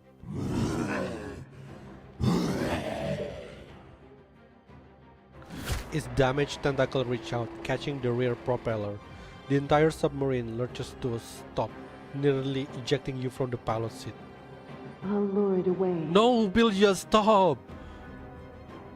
Pylgia tries her old trick again, raising the searchlight high to draw the monster's attention. But this time, the monster ignores the glowing insect before it, focusing all its attack on the submarine instead. With a bone-chilling screech of rending metal, one of the propellers is torn clean off. As more tentacles coil around the submarine's stern, The sub will be immobilized at this rate. Pylgia knows full well how dire the situation is. Realizing the monster won't target her, she opts for a more audacious approach, forsaking evasion and defense to mount a full-scale assault with her harpoon. With a single shot, the tiny harpoon severs a tentacle thicker than Pylgia's entire body from the submarine tail fin. However, it's far from killing it. The monster has too many tentacles. This isn't working. We need to hit its vital point. However, the monster body remains entirely shielded behind countless tentacles. There is no torpedo remaining, and Pylgia is no longer able to divert the monster's attention. Let me be the bait. You find an opening to strike. Pylgia catches your intention in no time. You shut down the rear engine and activate the lateral propeller, rotating the helm to its limit. The submarine executes a full 180-degree turn in the water, compelling the entangled tentacles to coil along with it. Unable to retain their grip, the tentacles briefly lost their grasp on the vessel. The submarine's bow now faces directly at the monster body. Ram the sub towards it. Are we serious gonna ram it? The steel vessel charges forward at full throttle, ripping a path through the monster's fleshy tentacle. Now! Surrounded by drifting plankton, Pylgia figure transforms into a white meteor, plunging swiftly through the breach in the tentacles and directly towards the monster's exposed body. Wait, are we winning? Okay, what's it gonna look like? I should switch to a cooler battle model next time. If this scene... Gaze into the abyss.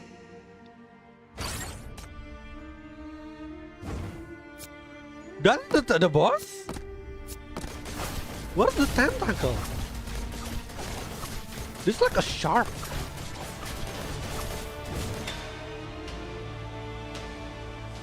Threat eliminated. I can dive deeper now. Wait, is that the final boss? The breach created by the submarine collision lasts mere second before the tentacle reconstitutes into a new barrier, engulfing Pylgia as she charges in alone.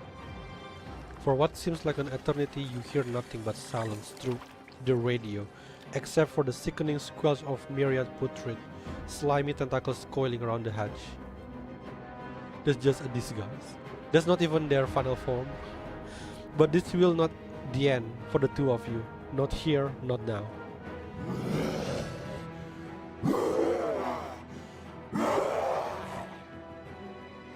The monster-piercing shriek cuts through the water and still, but this hellish sound now rings like sweet music, heralding victory. The entwined tentacle convulse and withdraw, their barrier crumbling away. You finally behold the monster's true form, a fusion of fish fins and scales intertwined with the razor-sharp claw of crustaceans. Provided by bloodless, decaying flesh, this creature appears to be a grotesque patchwork of every terror the deep sea has to offer. So he's like a fusion of everything.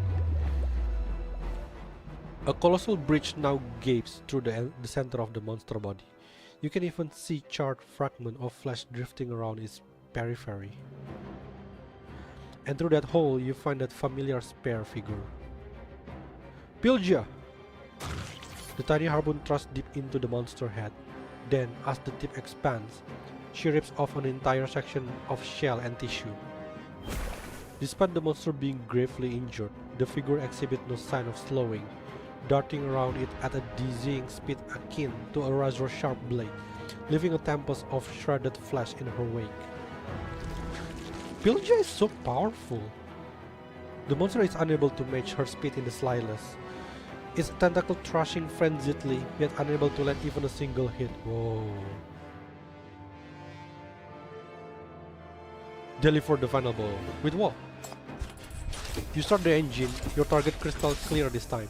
The monster head. The submarine is just a few dozen meters from the monster, which is close enough for you. Once again, the steel vessel transforms into a weapon. hurtling directly at the cornered mass of flesh.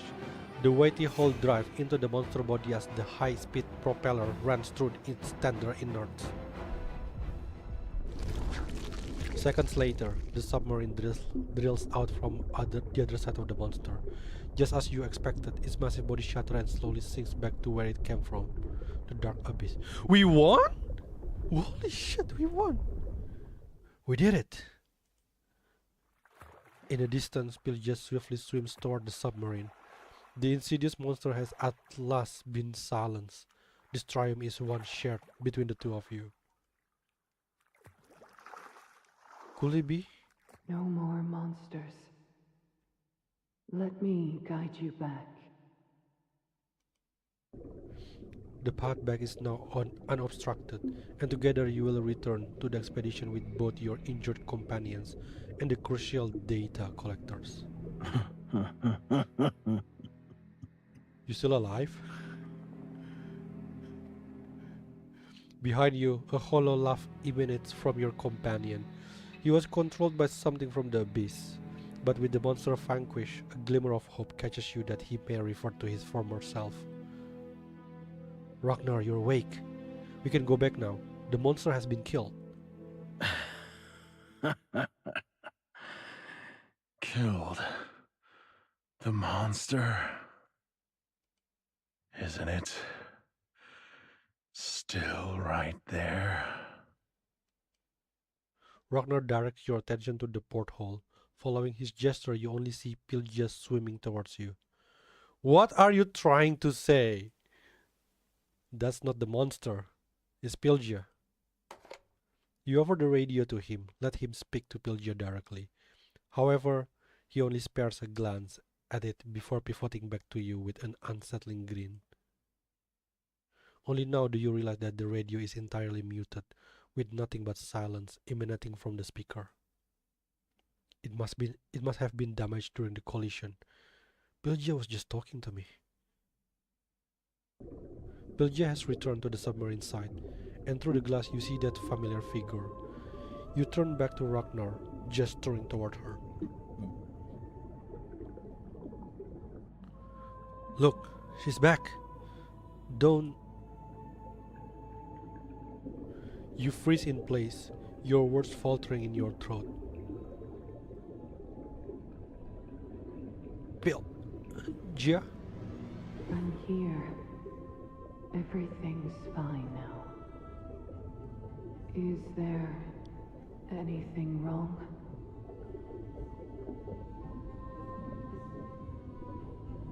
Huh? The calm voice responds to you. You stiffly turn your head. As she always done, Pylgia remains hovering there, gazing at you in silence. Did she just remove her one, whatever you call it? Beneath her tattered diving suit, her bare skin is eerily pale, almost translucent, as if enveloped in an otherworldly white glow. The suit clearly no longer shields her from the crushing pressure and frigid cold that would be fatal to an immortal, yet she remains there, her usual calm demeanor making her seem impervious. There's no mistake, this is Pylgia, the Pylgia you know so well, and also the white figure you first encountered when you entered this dream. Too late. It's too late. I told you. The monster never died. They're everywhere. Everyone is a monster. An excruciating pain seizes your chest, causing your legs to give away. Only by leaning against the porthole do you manage to remain upright. In this position, you finally see Pylgia's true forms in its entirety.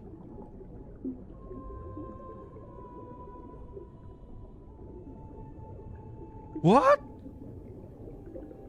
Beneath her human torso, several chitinous tentacles, much like those of the monster you killed, stretch down, disappearing into the darkness where your eyes cannot follow. In your despair, you raise your gaze only to see Pylgia's sorrowful eyes that hold unspoken words. A monster. Huh? Since when? Pylgia can no longer be considered human by any measure. She has long since transformed into a monster. That dream was a forewarning. Everything you have done has been futile. From the very beginning, you were destined to fail in saving her. No, not again! At the moment reality becomes clear, something within your mind abruptly fractures. The pressure gauge needle spins wildly. The world lurches in tandem. Infinite darkness floods into the bathtub, like a submarine, devouring you in a heartbeat. The sorrowful figure reaches out to you at the last moment, yet you are already engulfed by overwhelming regret, sliding inevitably into the deepest, farthest dark. Your last shred of sanity formed into a few fragmented words. Abyss. Fear. Dive. It's all because Ragnar, yeah. Soon, even this vestige of cognition is devoured. Your final recollection of reality is Ragnar frenzied wails.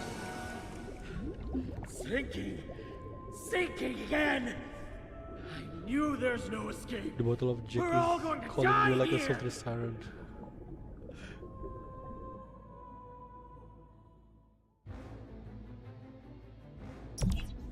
Are we really fail again? Whoa! What the hell?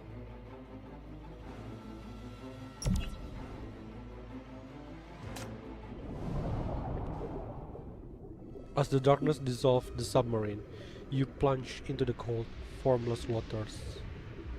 You fail to save Pylgia and let her become a monster. The abyss has turned your pain and regret into a trap to drag you down into its depths. When it all began? Was it when the monsters surrounded you? Or was it the moment you chose to dive deeper? Or perhaps was it the first day you set foot in the DC? What is this abyssal echo?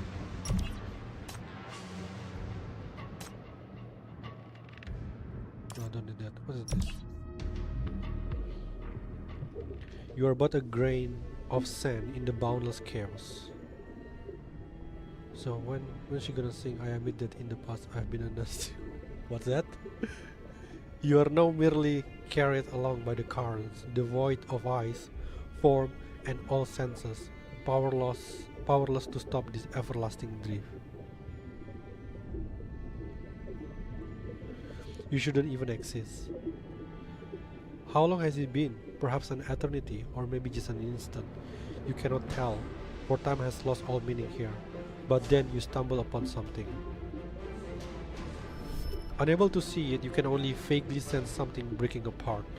Then abruptly the world is illuminated once again.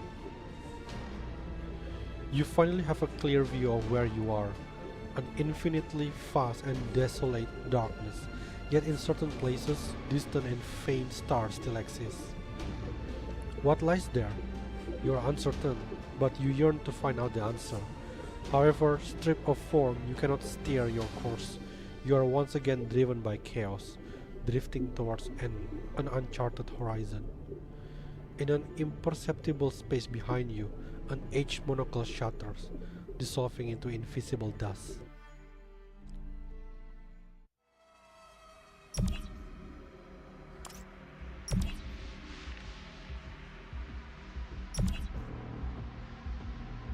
This is scary. Blood red like drenches your surrounding. The monster you have created encircle and drag at you, yet you remain completely still.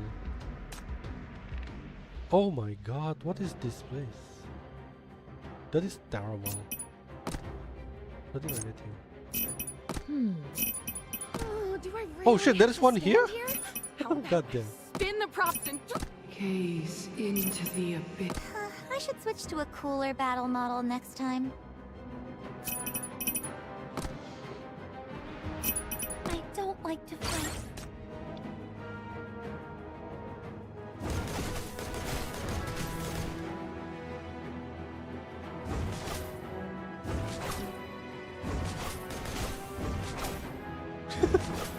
They just spawn and just got killed so easily. Overflow. Warning! There's 21, that's a lot.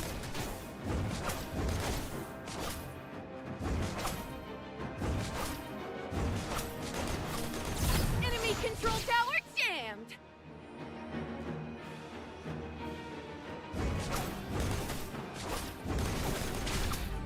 So this is basically what Pylgia looks like when we see her from the porthole, isn't it? I wish we can kind of like zoom in and look at the model. I did a good job controlling my strength this time. I'm always afraid I'll slip up and blow up the world. You remain devoid of control, drifting wherever chaos takes you. At some point, a girl's silhouette emerges within your sight. With a pair of transparent wings and a tangible form, she seems strong enough to soar against the tide of chaos. She flies about anxiously, seemingly in search of something. Eventually her gaze settles upon you. She alights beside you and folds her wings, letting them dissipate into particles of shimmering light. Mantis, no! Light enters you once more. Gradually you begin to sense your own existence. Hands, feet, you regain a physical form, no longer a mere grain of sand drifting along the currents. You turn around, the very moment when your sense returns to you, but the girl is nowhere to be found. All that remains is a tiny green insect emitting incomprehensible rustling sound as it slowly circles around you before vanishing once again into the darkness. Oh no, Mantis! No. Oh, so this one is probably Drea, the first one. This one probably gonna be vanilla.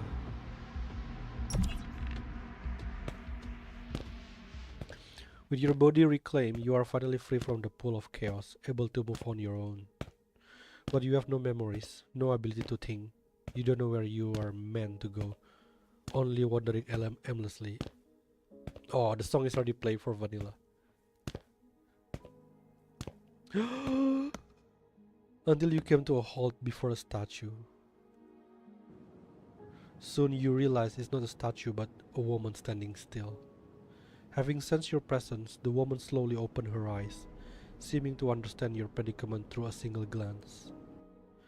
With warning, her solid form begins to crumble, flesh dissolving into dust to reveal a skeleton of forged steel beneath.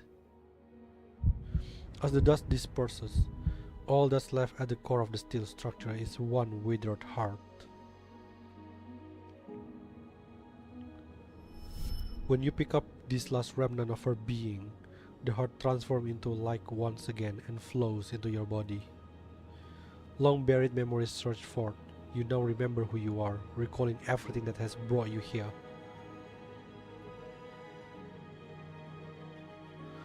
As you recover this memory that should never have been lost, you turn back, only to find the steel bones have corroded away. Nothing remains. Mantis is a explorer, I think. Vanilla is robotic, yeah.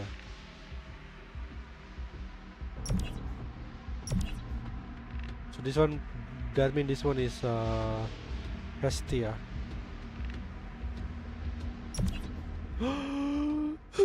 They make us go to all of this one by one. You still cannot leave.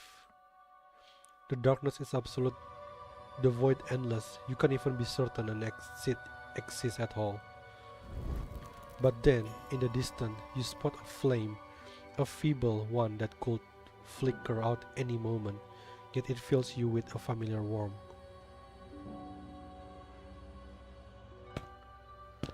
It takes you a long time, and at last you reach the flame. A girl stands there, cradling a torch in her arms, smiling at you. Firelight begins to radiate from her body as she extends her hand towards you. Oh, once again you save us. Why only have 200? Okay. I can't refresh. I don't think I need any of this.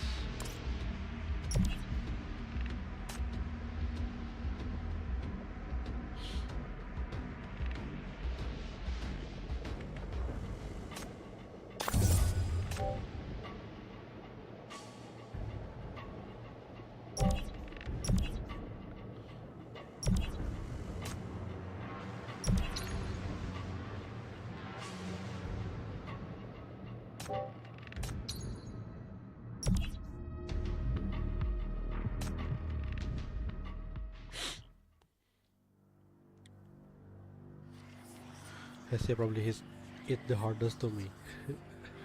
Me too, to be honest.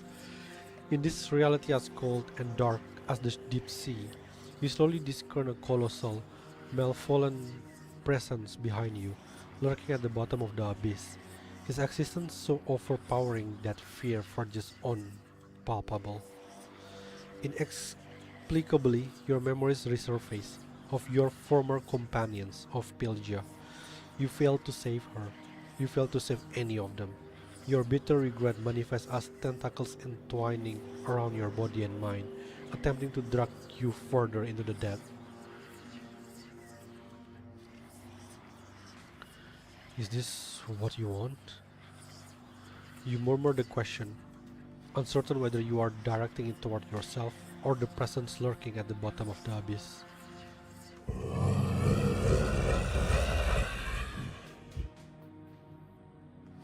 You hear a deep resonance, like meaningless jumbled whispers or the final breath of a dying being.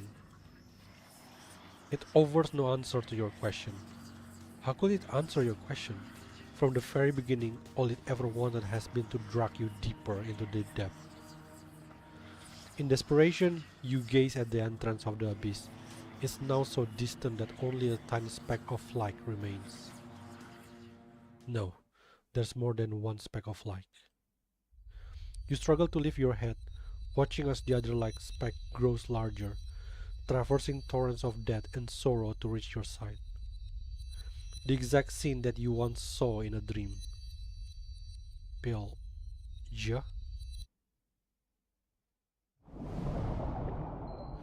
Accompanied by echoes tinkling like wind chimes, luminous plankton emerge one by one, resembling stars strewn across the darkness, drawing closer to you. Pylgia, is that you? Memories of her float back to you, from the dream you had when you first came, to the initial distance between you and your first encounter, then to the trust and mutual reliance you forged while fighting alongside each other. She is your companion, and what Stroll referred to as your safety net in the dream. Regardless of the perils you encounter, she would always find and save you. Perhaps this is the memory etched into your very soul, as well as an inexorable fate intertwining you and them. Whoa, this looks quite majestic. You reach out towards the luminous being, but upon the touch, a vision flashes through your mind. Pylgia's face, contorted and marred by the taint of the abyss. The truth hits you again. This fate brings not only meeting but partings too. Unbearably painful partings. You refuse to accept this imminent parting, your body instinctively recoiling. As you flinch, the luminous being that were approaching you freeze in their tracks. Time creeps by, and then a voice reaches your ears. You are scared. Did I frighten you? Because I am a monster.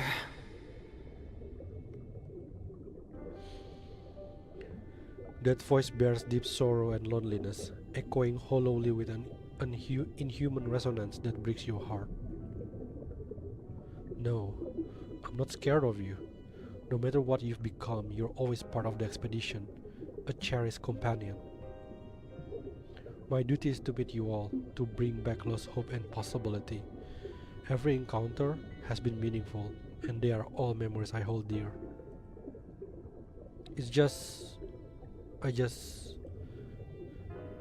I'm afraid of losing you again, just like how I lost them.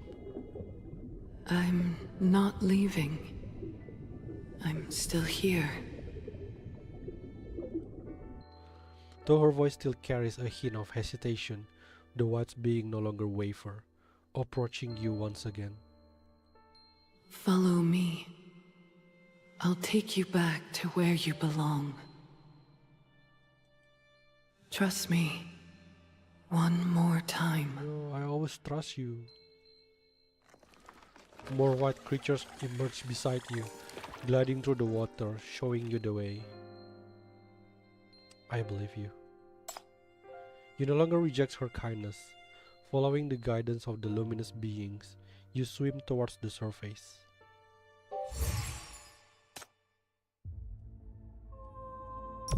Hey?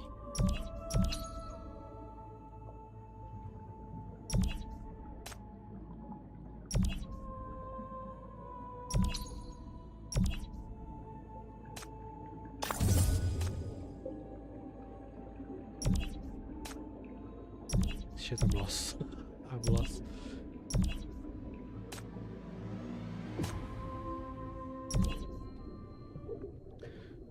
With the luminous being guiding your path, the once terrifying darkness dissipates in their gentle light. You feel something warm pulling you gently, your body moving toward the surface as your mind finally breaks free from chaos, returning to clarity. Oh, the steel. When you realize it, you find yourself before a familiar stone slate. Only a few luminous beings remains beside you, beckoning you forward. You know that just a few steps ahead lies the exit. Oh no, where are we gonna go out? But you can't bring yourself to live like this. Though the luminous creatures have been guiding you all the way, you still haven't seen Pylgia herself, your precious companion. Search for Pylgia. You refuse to accept such an unspoken farewell. Looking back, you see specks of white light marking your path, forming a faint trail. Could she be hiding at the other end? What is that? After what feels like an eternity, you find her at the path ends. Pylgia, now covered in barnacles and appendages, hiding in the depth of the shadow. She senses your presence. A brief glimmer of light flashes across her pale pupils, only to fade away instantly. Why are you here? She remains shrouded in darkness, seemingly attempting to hide her long, mutated form. Go back. Just follow the light to leave. Go back to everyone else. You have fulfilled your duty. There's nothing left here worth staying for. No. You shake your head, taking several steps closer. You are still here. How can I just leave? She lifts her face, one so pale it borders on translucence, her bloodless lips slowly parting. After a long silence, however, only a few words slip out. But I've become like this. Are you not afraid? We are not. I'm not. But I'm worried. You said you were still with me, that you hadn't left, but you never show up again, not even when I reach the end of the path. If I leave now, will I never see you again?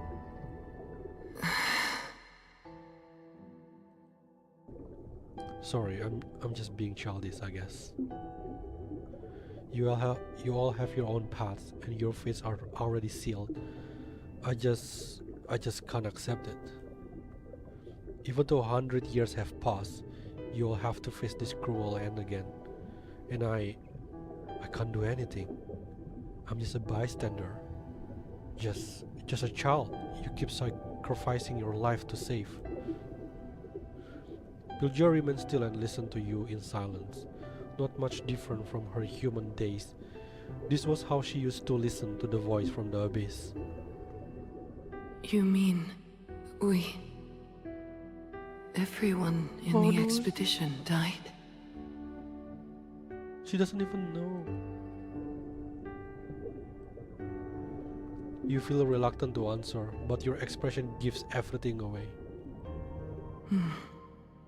For humans, death is the farewell that's hardest of all.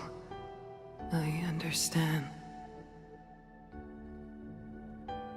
You are suffering because you can't save us, right? Yes. But we were people from a century ago. We were never meant to live in your time. Not even you guys in the expedition? To be honest, I've never fully grasped many of the thoughts humans have. Civilization, duty, dignity. Choosing these won't change the laws of life. All life equally becomes part of the cycle. Birth, predation, reproduction, sickness, death, and at last, becoming nourishment for other life. No, not like that. You are all heroes. This shouldn't be the end for you, at least not here. Dying in agony like this, being devoured, burned, and now even you've been taken by this cursed abyss. Then, what do you think our end should be like? The world outside is no different. When the disaster strikes, everyone must fight with all they have just to survive. Some had already changed, even before joining the expedition, or entering this death area. You mean... Yes. From the very beginning, I could feel that I was different from others. I could understand the language of sea creatures and survive in storms and whirlpools. I know the sea even more than the fish. But I found it more and more difficult to understand my own kind. I didn't know who I was, or how to live with them. When I became like this, the world looked different to me again. You see, it's not all bad. At least now, I can have a proper conversation with you. You recall your initial encounter with Pylgia, but back then she always maintained a distance from her companions, never initiating conversations. Just as he says, only after being contaminated by mania and losing her human side, she has at last unburdened herself of inner turmoil, capable of accepting her true self and expressing who she truly is. But mania, this power is twisted, different from naturally formed life. It is different, indeed.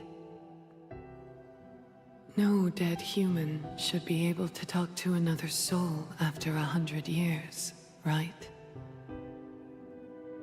Perhaps humans after nightfall are changed by what you call mania, and have found a new path of evolution.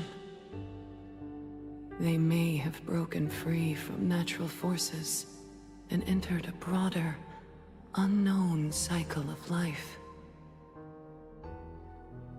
Whether it is me or the other members of the expedition, we make our choice by our own will, becoming the next form of life. Our consciousness hasn't faded. We're still doing what we find meaningful. From this perspective, we never truly die.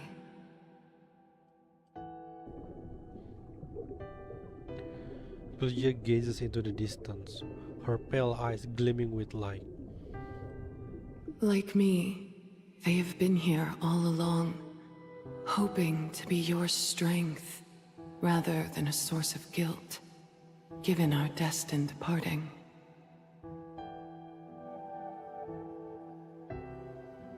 That, I believe, must be the meaning behind our reunion.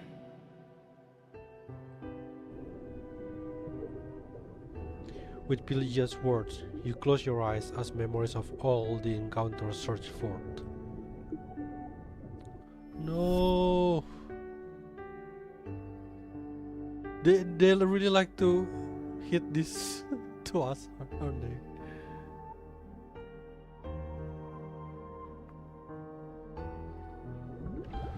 While shifting through this fleeting encounter for their faces, you finally understand that the memories need not be painful.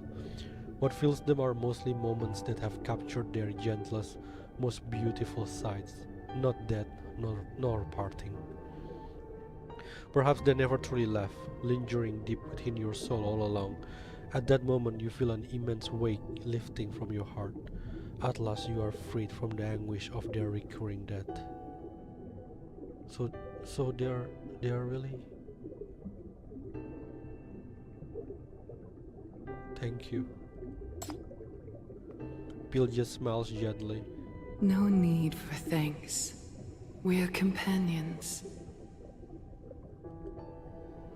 Your heart has returned to peace. Looking up, you see a blue light flickering in the distance, probably Stroll reminding you to go back. That consists of your mission, the abyss within the DC, the present at its death, and the intelligence on spirit and substance, the hypothesis on human transformation, and above all, the story of the expedition. You must bring them all back to reality. Let's take the submarine back. It carries the findings everyone fought so hard for. Without you needing to say a word, Pylgia already catches your mind. It's time. I'll see you off. I don't want, Pylgia, don't go. In a shared comprehension, neither of you utters another word. You both harbor the same wish that this farewell could wait just a little longer.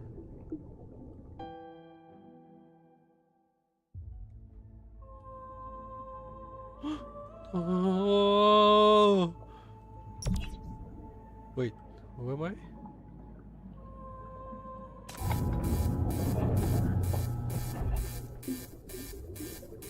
You return to the submarine. Everything feels so familiar. The scarred hole, the pressure gauge, and Ragnar still unconscious beside you. Oh, Ragnar! This submarine's power system is completely dead, but Pylgia remains outside the porthole, guarding countless white plankton to carry you upward. We are back to what? Back in time? As you draw closer to the surface, the long dead radio mysteriously crackles back to life. This is... Please respond. Repeat. This is... Please answer. Bill, Rack, Dale, do you copy? Rescue is coming your... Whether owing to the distance or rather interference, the voice on the radio emerges urgent yet fragmented, laden with static. Nonetheless, you discern some crucial information. Pylgia, did you hear that? It's the expedition. They are looking for you. I heard it. Suddenly, you notice that the submarine ascent begins to slow. The water churns violently, as though attempting to prevent something from passing. Your fears and anguish have already been soothed, so you know that the obstruction does not stem from this battered submarine. That leaves only one possibility. Look at Pylgia. Unknown to you, Pylgia has been undergoing a disturbing transmutation. Oh, barnacles cover her entire body in a dense mass, and new appendages visibly thrust out from beneath her skin, stretching into the deeper darkness. Pylgia, your body. Before you can finish speaking, a sharp noise pierces the air. You turn around and find the submarine has passed by a pre-installed alarm. Monster! Detected! Alert! Triggered! Your position! Watch out! The once encouraging radio transmission now sounds painfully jarring. The monster they speak of is none but Pylgia herself, mutated beyond recognition. That's not a monster, it's Pylgia! You shout into the radio, but it proved all futile. Your signal can't possibly reach the people on the surface. Watch for mines, kill. We are coming, safe. Hang in there. Stop! Anxiously you rush to the porthole, only to find Pylgia's condition has grown even worse. So that's why the barnacle is like that. More appendages tear through her skin, revealing not blood but pale, rotting flesh beneath. Countless appendages wade frantically toward the abyss, yet their roots remain anchored in Pylgia's body. With each inch of ascent, the appendages create more resistance. They are now stretched out like steel cables, threatening to tear Pylgia's body apart. So we cannot like separate them? Looks like this is as far as I can take you. You know this scene all too well. The abyss has found Pylgia's fear and bound her here, just as it once did to you. Comfort Pylgia. Don't be afraid. They just don't know it's you. I will explain to them right now. You try again and again to reach your companion's frequency on the surface, but the radio emits nothing but static. I can't go back anymore. The expedition will accept you. They will. I know. I trust them. Come back with us, Pylgia. But that would be painful and take too much unnecessary effort. They would set aside missions more valuable than life itself. To care for me, to cure me. That's not what I want. But that's what we want. Pylgia's body has been stretched to its absolute limit, unable to rise even an inch further. Come on, just push! Pull it! She keeps her promise, escorting you until the very end. However, eventually, she sees her struggle, descending into the abyss like a kite bereft of its only thread. No! No! Go.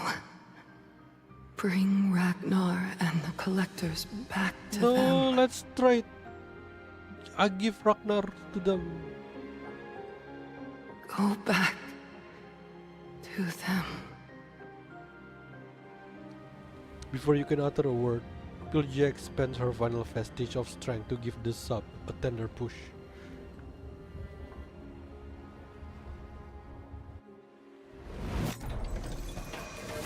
Watching as Pylgia drift further and further away, you desperately wrestle with the helm in futile attempts to reach her, but the battle-worn submarine has long since stopped responding to your command. As the entrance to the abyss slowly seals off, she fades into the darkness along with the countless appendages writhing around her. Pylgia! You cannot accept this, but as the abyss closes, the entire sea trembles. The depths where Pylgia is now sealed have become forever beyond reach. The turbulence carry nameless emotion that was over your consciousness. Florence memories surveys endlessly, feeling as real as your own experiences. In this torrent of lost memories, you gradually drift away from yourself.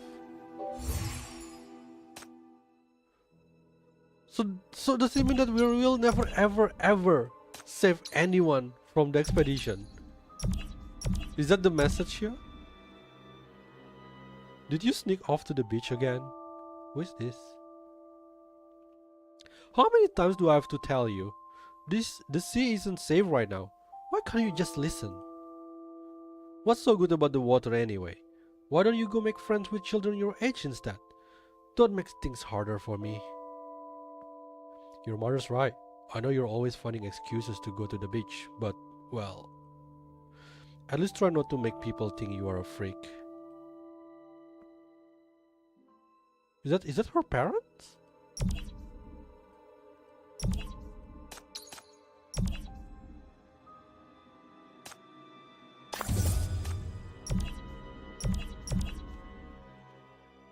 Once this mission over, I'm gonna quit. You're leaving too? The young diver overhears her companion's conversation when she walks past a corner of the cabin. Yeah, I understand. This job is tough as nails. The disasters escalate every darn year. I'm not even sure how much longer I can keep going myself. But come to think of it, what's the plan afterward? I mean, yeah, this gig is risky. Oh shit, I accidentally pressed it. Don't know, I'll just wing it. Wish I had Pylgia's talent. Unaware that the very person they are discussing is nearby, they continue their conversation with bitter smiles. Yeah, I hear ya. Just a few years in the job and she's already outshining us old-timers at such a young age. Quite as a mouse on land, but underwater, she's quicker and sharper than the lot of us. Sometimes I swear she is not quite like a human, right? Hey, you're the one who said it. Don't pin this on me if anyone hears. Their voices faded into the distance, but the young diver remains rooted to the spot, lingering there for a long time.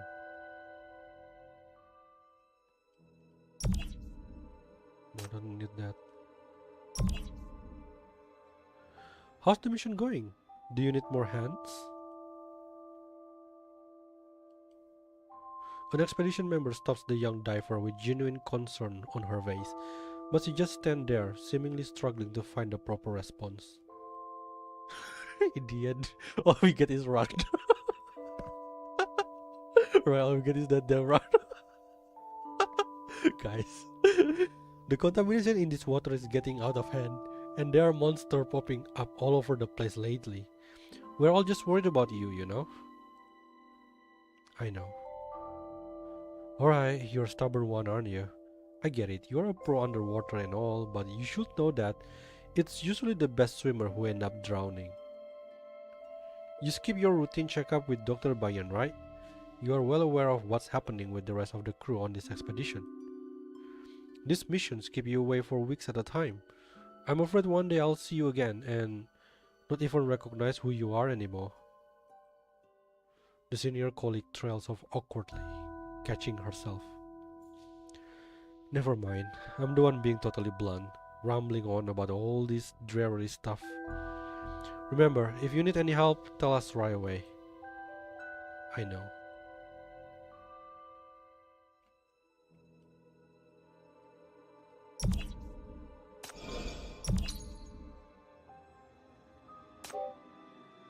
Hey?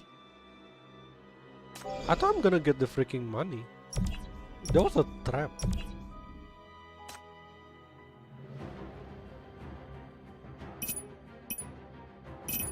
If this scene could be reenacted, what would be... I should switch to a... Ragnar don't deserve a copy. So much hate for Ragnar.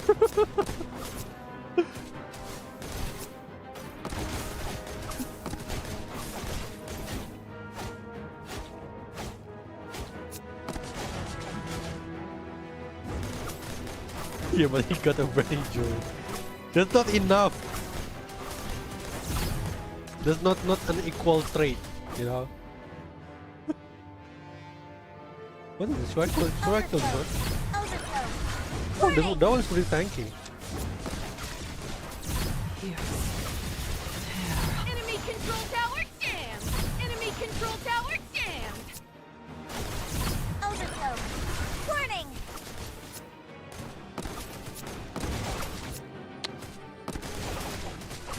Oh shoot, shoot. Quiet. Please enjoy the show! Enemy control tower jammed!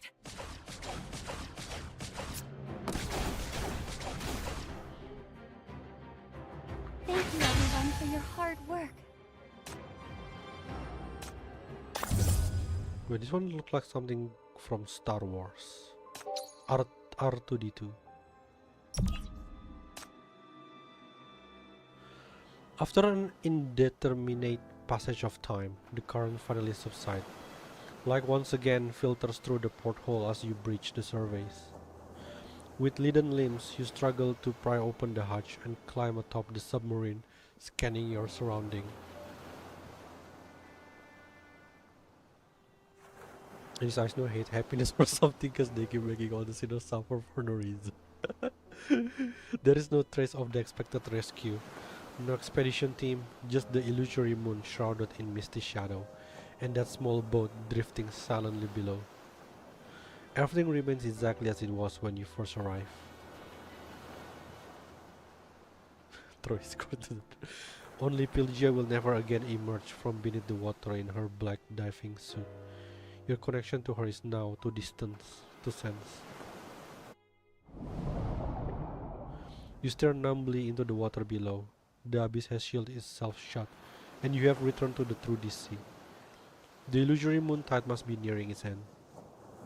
Perhaps this was how she fell into the abyss in the original history, where she left behind this battle-scarred submarine, along with the companions and collectors she gave her life to protect. The story has simply come full circle. You have gathered crucial intelligence, witnessed the depth of the DC, and verified the feasibility of Project Nightmare. The mission is completed beyond expectation, and you will soon make your safe return. Despite Pylgia falling into the abyss and being taken by that thing again, wasn't this all anticipated in the calculated result? Yeah, you've made it, and you've done everything you could. Stop punishing yourself for it. Who? You knew from the start you couldn't bring her back.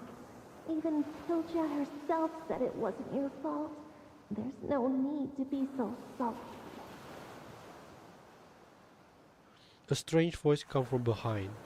You refuse to turn around, eyes locked on the water below. Shit. Who? Your face is reflected on the water surface. Then whose fault it is it? No one's. The life or death of those who existed 100 years ago was never yours to decide. She ventured into the sea, faced the unknown, and sought a new path for life amid the mania. Doing so, she chose her own destiny, and your role is simply an observer through it all. All you need to do is watch and then leave, carrying the buried truth into the future and singing the praises of her name and greatness. This is where your true mission lies, preserving her legacy. Is that really how it is? No, I'm going back to save her. That thing has been coveting Pylgia. It killed her companions and trapped her at the bottom of the sea. I've seen far too much of things like that, and I know too well of its wicked intentions. It plans to trick her, corrupt her, torture her. It will destroy Pylgia, then mock the insignificance of her very existence. I am not accepting it, and I can't let her suffer like this. Not accepting it? Why? What gives you the right? You know she chose to stay. It's her own accord. The words hit you like a powerful blow, leaving your mind reeling. No need to come looking for me. I'll go back once my work's done here.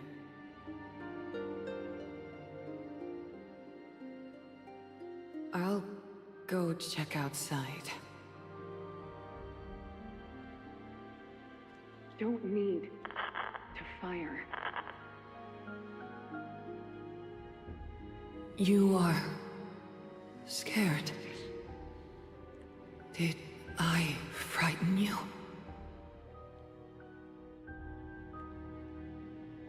Because I am a monster.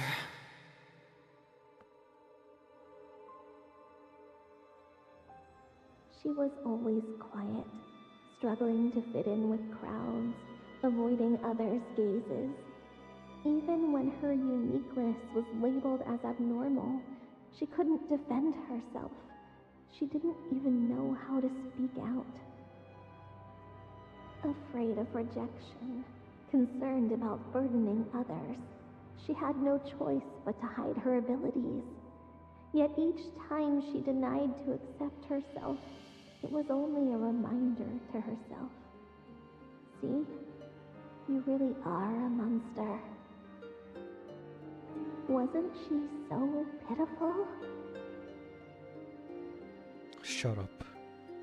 She's content to stay, even though it means becoming a monster.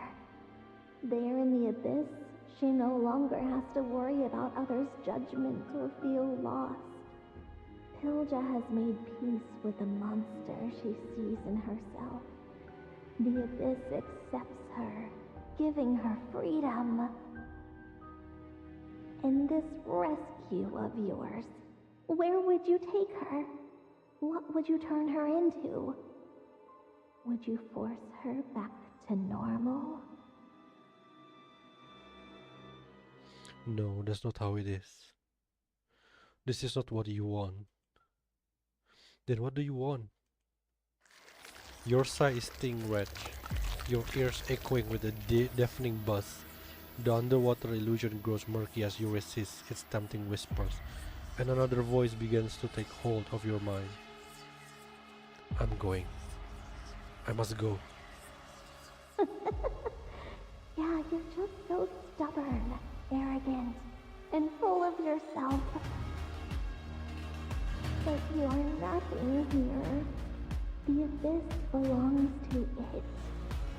Without Pylgia, you can't dive any deeper, and the entrance to the abyss is completely sealed. There's no way forward. Where do you think you can go to save her? I know where to find it. It? What, the Colossal? I don't want what? A blue light flickers by, a warning, but you choose to ignore it. Something shatters at the brink of your consciousness, and your perception grows increasingly sharp, as if breaking free from an eggshell to breathe for the first time. We're going back? You turn around to look at Ragnar. Though still unconscious, his body looks different, somehow under the red glow. A black viscous liquid seeps from his body, flowing and coalescing into slick tentacles that drag his body towards the shadow. I know the way. You walk up, kneel before him, and raise your hand. With his neck in your grip, you exert all your strength, trying to force your way into his body. What?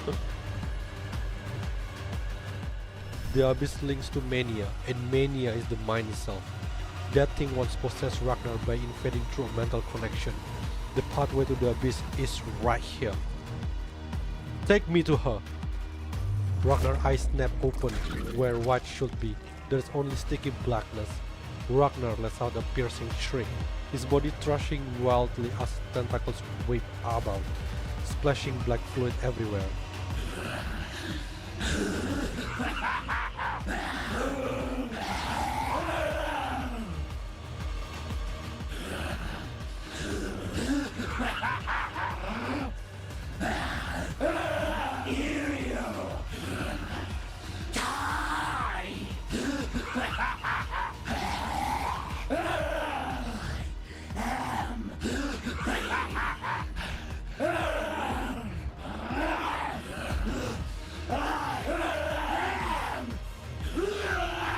They actually record the voice that long? Holy shit.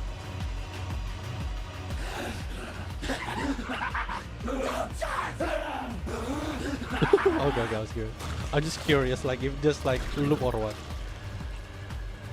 Black tentacles pierce through you. Without your shackles, you are completely powerless against this type of monster. Pitiful. So pitiful that you don't even have any power. You've been coddled too much. Weak and delicate. You can't even push open a door, let alone reach the thing. What is the thing? You only dared to barge in when cowering under the blue light with all connections cut off. You could never win. You have no power. Then give me power. Above the sea, the illusory moon radiance surges, casting blood red circles upon the churning waters, like pupils also akin to shackles. Give me back my power. Give me back my shackles. Oh, we're back.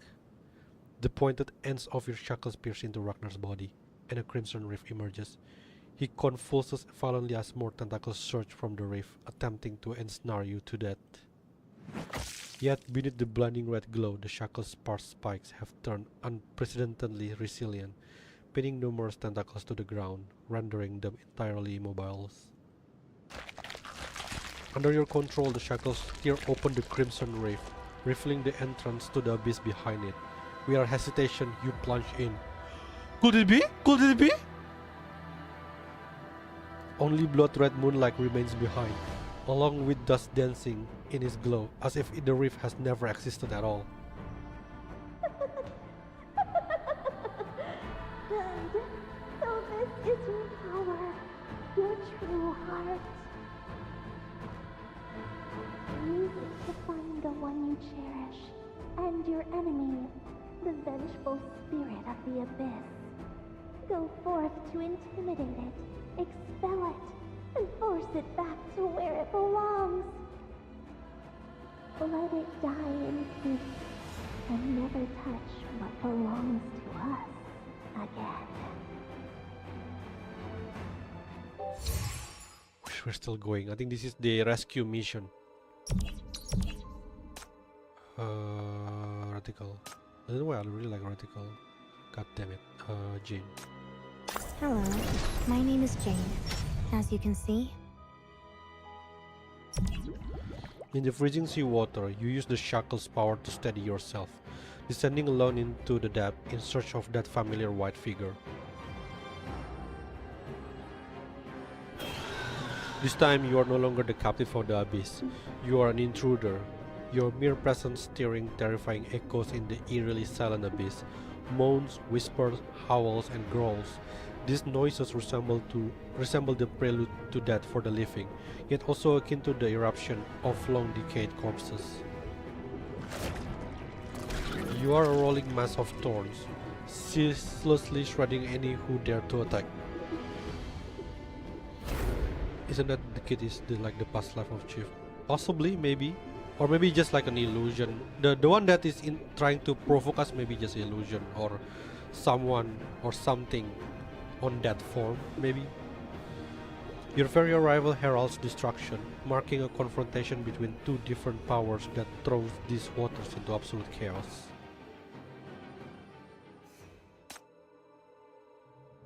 I don't really like the layout of this thing. Let me be clear. I don't have much to contribute.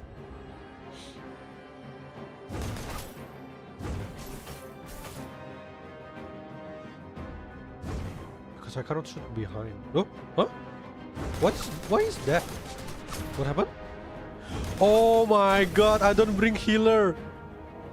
Oh shit. So I restart. I need to restart. I need to restart. Oh my god. Oh, am I gonna lose if I restart? No! Enemy control tower jammed.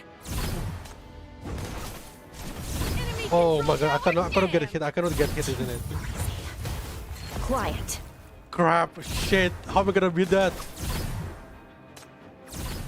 Oh no. Enemy control tower jammed.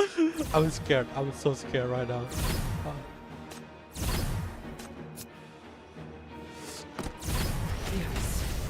Tear apart and sink into the sea. You did a good job Oh my controlling god. my strength I didn't this expect time. that at all. I'm always afraid What the hell is that I'll slip up stage? and blow up the world. The monster keep backing away, distancing themselves from you. Restore. Maybe I'm gonna bring this. What the hell? Don't tell me my HP is actually still 1.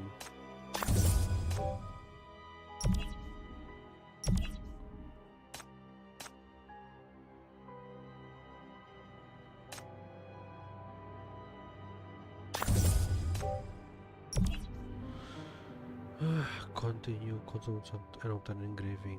Recover funds. Don't. I need to save Pylgia quickly. I cannot reset. Maybe I need a tank. Who knows? Oh, fuck. And who are you looking? Rest.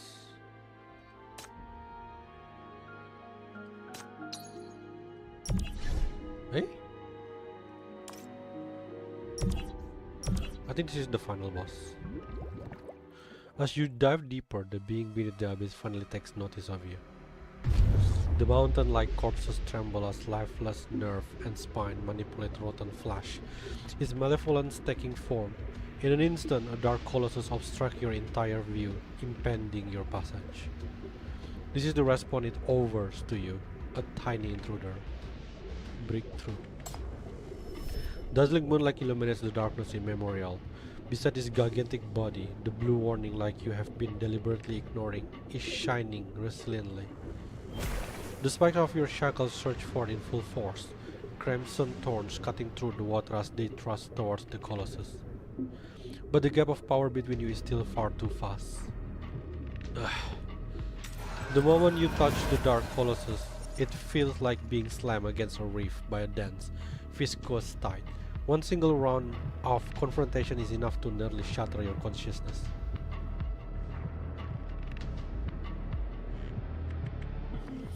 In a daze, you hear voices that should not exist. Get away! Get away! Monster! Behind me! You never wanted to die. Countless agonized, wailing faces emerge on his body. Among them, you recognize some familiar faces. No escape. Once you've come here, there's no leaving. It will find you. Everyone will meet their end here. A myriad of human despair have been woven into this monster form, as the being beneath the abyss employs their faces to spread its horrifying malevolence to the world and to you. You cannot tolerate this desecration of your companions. Your rage briefly rallies your consciousness as you pour every last ounce of strength into raising the spikes of your shackles once more.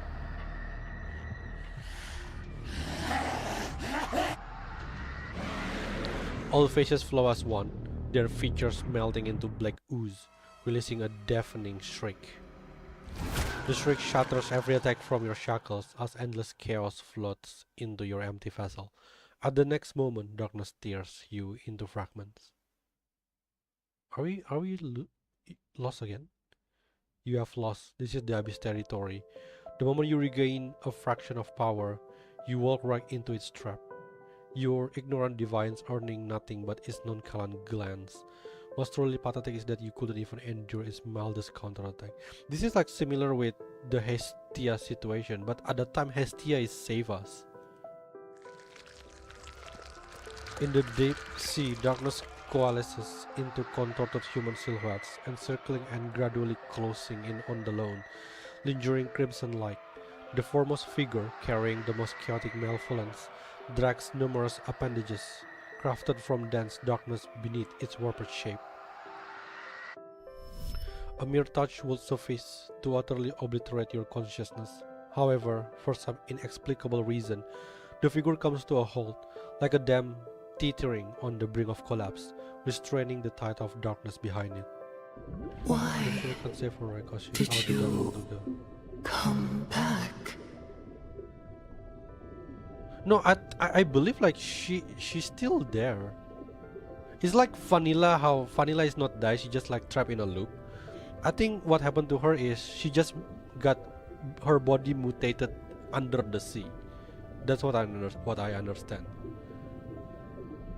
You are long past the point of resistance. At this moment, any action is deprived of its meaning. Your only remaining option is to answer the dark figure question. Right. Why? Why did you come back? For Pylgia. Why? The figure asks again. As black tides wash over it repeatedly, you hear something breaking. She doesn't need salvation. Oh, this is not Pylgia speaking.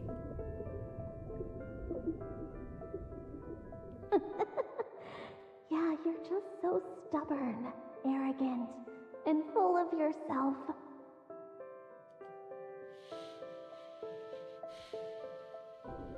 Indeed, salvation is too presumptuous a word, nothing but illusory shackles forged for self-satisfaction.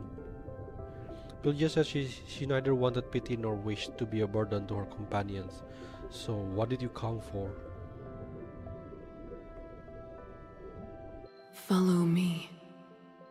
I'll take you back to where you belong. Trust me. One more time.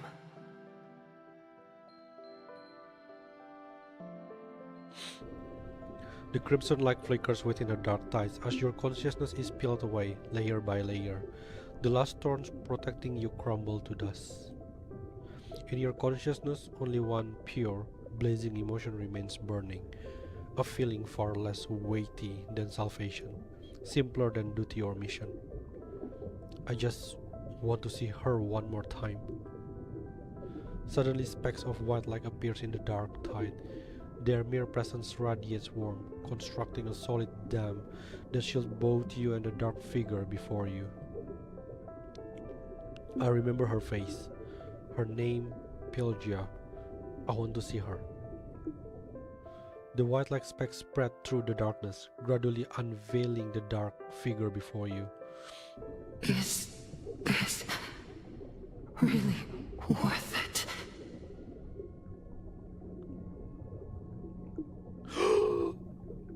Are we? The thick darkness peels away from her body. The coral shatters and she breaks free from the monstrous shell. At last, that familiar face emerges before your eyes once more again.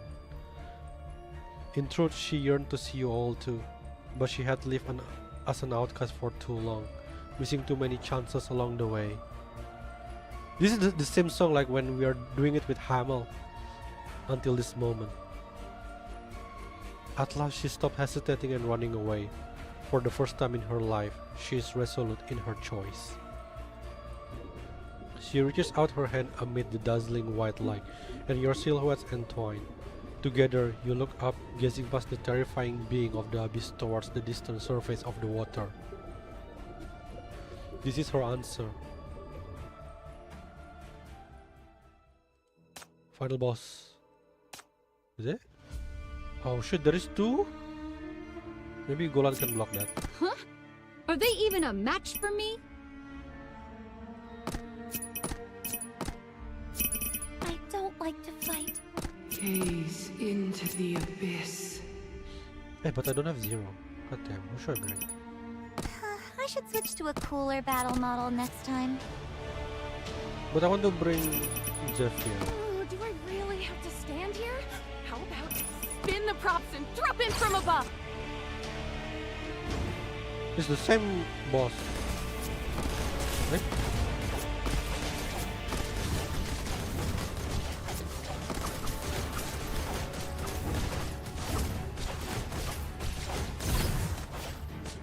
Over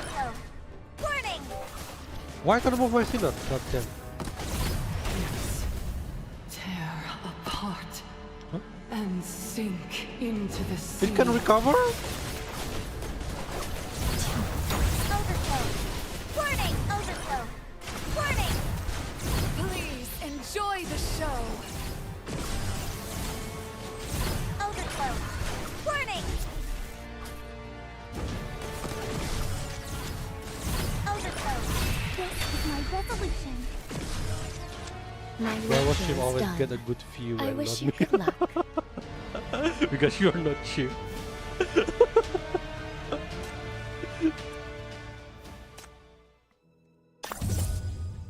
You need the Riz. You need the Chief Riz.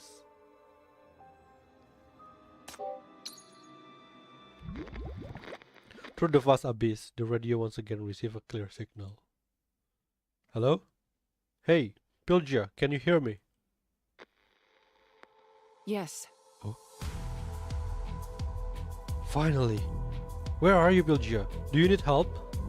The submarine is returning. We'll reach the surface soon. Thank goodness. How's everyone? How's Ragnar and Dale? They alright? And the collectors? The collectors are brought back. After a brief silence, a rustling sound comes through, followed by a woman's voice. Don't blame yourself. I'm the one who misjudged the situation here. Who's that voice? Whatever happened, Pylgia, I'm just glad you made it back. We owe you. I couldn't have done it alone. You can feel the warmth of Pylgia's palm. You mean little guide's with you? Wait, are we really? Wait, who is she? Wait! Oh my god! Who is she? As the hatch swings open, an elegant woman comes into view. Much like you, she seems surprised by your presence. But soon, she regains her composure, a gentle smile spreading across her face. Even in these waters, you've managed to work another miracle. I really wonder where your limits truly lie. Wait, who are you? Are you gonna be playable? The next deep dive operation is coming up soon. Maybe I should reach out to the base and see about borrowing you. Is that Shin? Is Shin a woman? So you ask for her name? As you ponder this, your vision starts to blur. Shroll blue light seems to warn you that the tide is receding. It's time to bid farewell. You feel someone tugging at your clothes. You turn around to find Pylgia.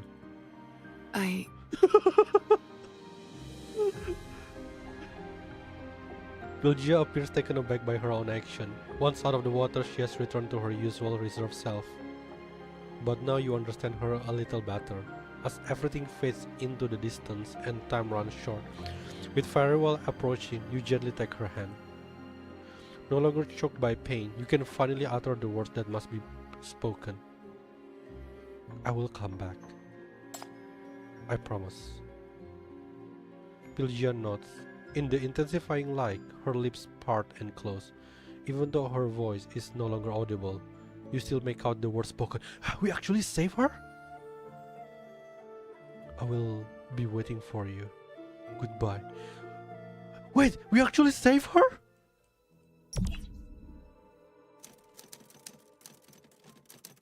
As you confirm SHP 13, consciousness has stabilized. The illusory moon tide is receding. He's back. Shroll is staying in the ward.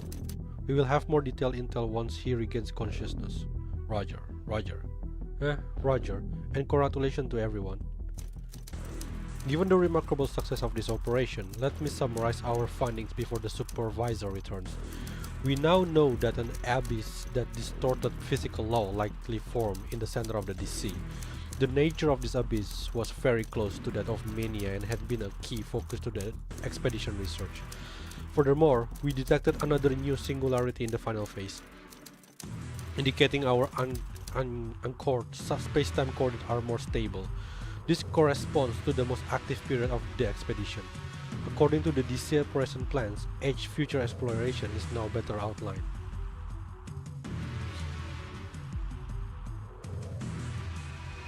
Physical condition good. Mental state stable. Mania influence completely eliminated. Welcome back, Chief. The operation was a great success, thanks to your efforts. Your emotional state has almost improved significantly. Has something good happened? Anyway, you should report to Paradisos now. They've been waiting for a while. We saved her! Initiate the next investigation promptly. The Ring Research Institute's safety protocols have been validated. SHP-13 is secure. We can deploy him for more frequent exploration in the DC. Hold on. The containment evac isn't at 100% yet. In the final 5 minutes, his mental contamination showed fluctuation that once exceeded the threshold. We can't take that risk. That was just because the mission site was too close to the center this time. It could also be a reasonable margin of error from the deep observation. Besides, SHP-13 himself has high uncertainty. He might have taken some atypical action. The Institute stated they had taken all these factors into account when they submitted the proposal. I agree with 06. It is good that we have identified a feasible technical solution, but we should still conduct investigation when absolutely necessary. Safeguarding SHP-13 from excessive strains should be our primary focus. Conquer. Now that things are different, he means more to us now. We must exercise greater caution, reviewing our safety measure before proceeding in the rational choice. Roger. However, there is one crucial point to add regarding the safety protocols. The Institute protocols hinge entirely on 01 calculation, relying on his tracking of previous tides and analysis of the illusory moon mania characteristic. The Institute calibrated the containment system parameters solely based on the data he provided. We can't rule out the possibility of discrepancy. I agree with 07. It's rare to see you join the discussion. The past discrepancy requires rectification. This won't take up much of everyone's time. Please inform everyone at the Institute that the system will be implementing correction to the DC mania characteristics soon. I appreciate everyone's effort in adjusting the safety protocol. Roger. The Institute doesn't intend to question your calculation, but were there really discrepancy in your previous observations? There's currently no evidence of issue with the observation calculation system, though we can add some more testing procedure in the future. Nonetheless, since the shackle characteristic remains stable, the illusory moon connected to them will likely maintain stability as well. That being the case, I am more interested in what he discovered at the bottom of the abyss. Well, that's all for my report. I need to go back to work. One last thing. Please pass this message to Chief.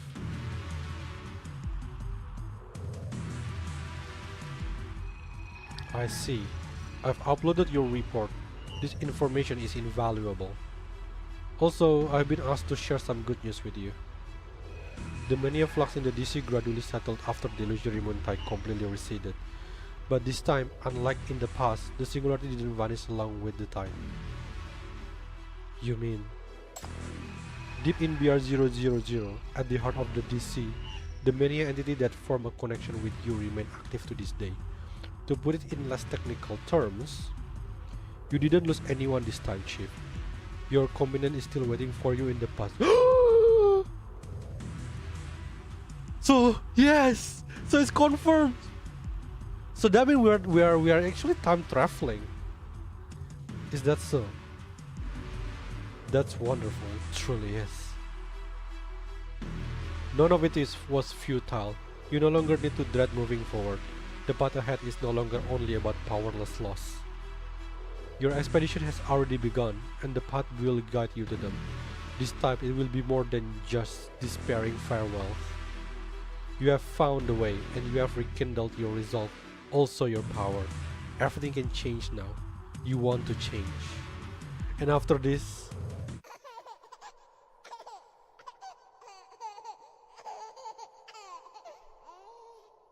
That was so creepy. What's the matter?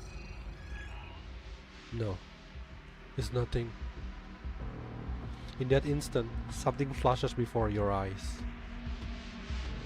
And then, even this memory sinks into the depth of the hazy dream.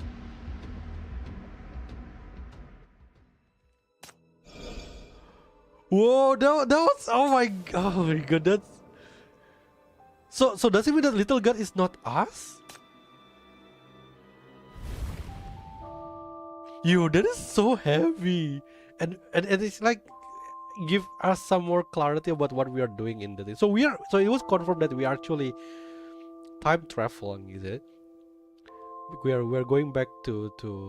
So does it mean that if we are on the next Eternal Nightmare, since we save Pylgia, does it mean that she will help us? And also that woman with her, who is that? I think it was Shin. Maybe it was Shin. She's freaking gorgeous. Holy crap. And it will even be more greater if that's maybe we can still save Drea or the rest also. I really hope, because it's sad. It still feels sad, like we can't save the first 4. But that is such a huge reveal. I mean, we are finally in the offense. We are finally in the offense with Eternal Nightmare. And the mystery of the little guy. I almost thought that it was whoever it is. I almost thought it was the underground shepherd, to be honest. But and then I realized that it has different accent. The underground shepherd has like Kokoli kind of way of speech, but this one is not a very childish one. Yeah, so we are finally saved someone. I thought so to put it simply, does it mean that the reason that we can't see her, at least on our current timeline, because it already passed 100 years, but it is possible, so she could be die because of old age or something like that, don't you think? Is it possible like that? So she could probably die because old age, not because she went to expedition. That's why we can't see her now.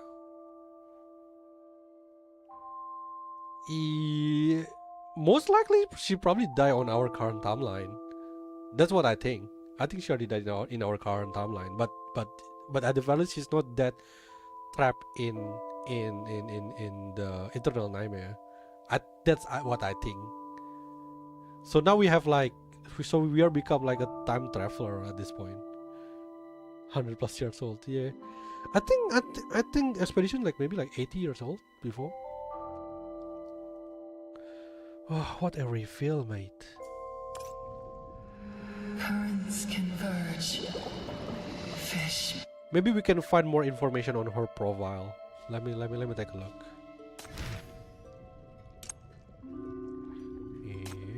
Criminal record. Okay, so is there any budget? Okay, nothing here. The subject formerly served as a diver in the deep dive unit of the Black Ring expedition, primarily responsible for placing and maintaining equipment in the sea, as well as conducting underwater inspection. Despite the numerous hazards in the depth of the sea, she has almost never been injured or lost. This one is not.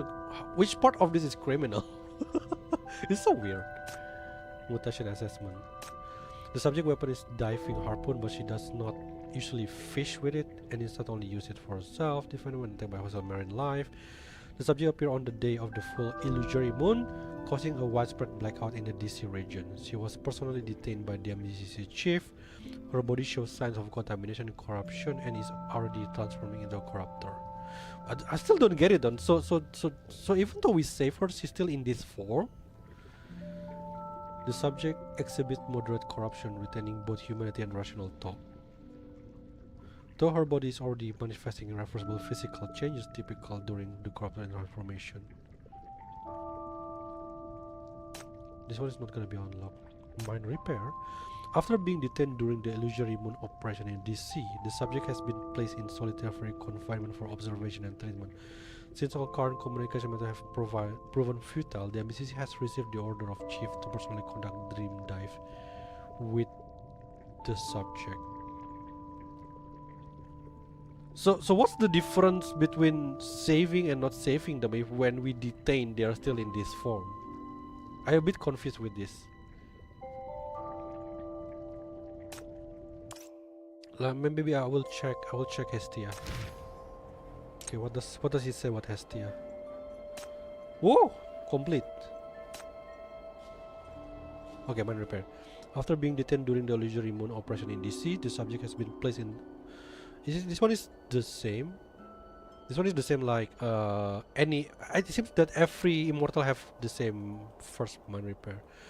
The subject was once known as Tia, a priestess from a town near DC. For unknown reason, the subject was sent into DC, where she was saved and taken by the expedition. The subject went missing around NF21. So now it's 114. So it's not even 100 years yet. After getting separated from the crew, in her early years, the subject wandered wide sand. This one is from the Mirage. In the following years, she is subject to her remaining command survived by L'Oreal for the third bandit. Around NF19, the subject went to a town named Store. Yeah, this one is from the Mirage.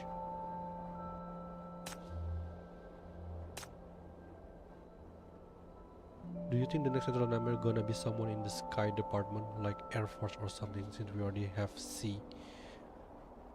Could be, yeah.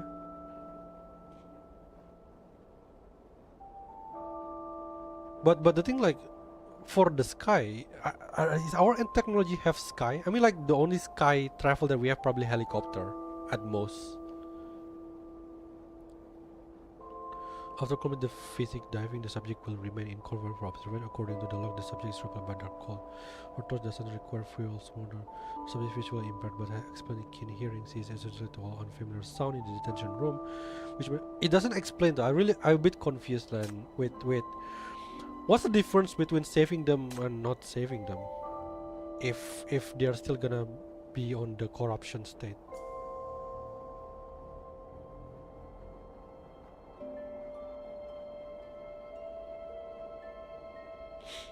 This one is also the same. I think I'm probably gonna need to take a second read on that one. Probably when I'm gonna archive it.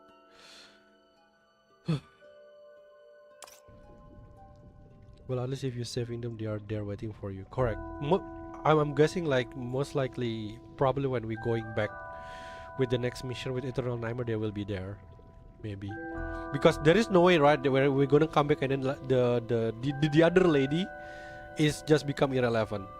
I think she's gonna be like play a very important plot later. I mean, like, such design. That is a design that is worth playable. It's worth playable. Holy crap, that design, mate. But they're still gonna be in corruption state because they are the sinners. Everyone's gonna meet Ragnar. We completely forgot about Ragnar. he's the one who started everything. God damn it, you're Ragnar. Oh, you're here. Come, take a look at my treasures. If you see some... Damn, this is the first time I finished it without crying. Oh yes! I almost hopeless during the part that we got separated. Oh shit! I'm not gonna do it right now. I'm gonna do it later. Okay, I'm just gonna quit for a minute because it's already late. I just want to unlock that one. Oh, the 5th. We are ready. The first time we didn't cry in Eternal Nightmare. Yeah, that we don't meet Ragnar anymore. you guys are hating on Ragnar. Currents converge. Fish migrate. You have come back to me again. Yeah, she's beautiful. Okay. Alright then. Yeah. Now I can sleep soundly with that ending. Good. Thank you, guys. No, you're giving us a break. All right then. So box of it is nothing. Yeah, luckily we don't need it. All right. Okay, so with that is already late.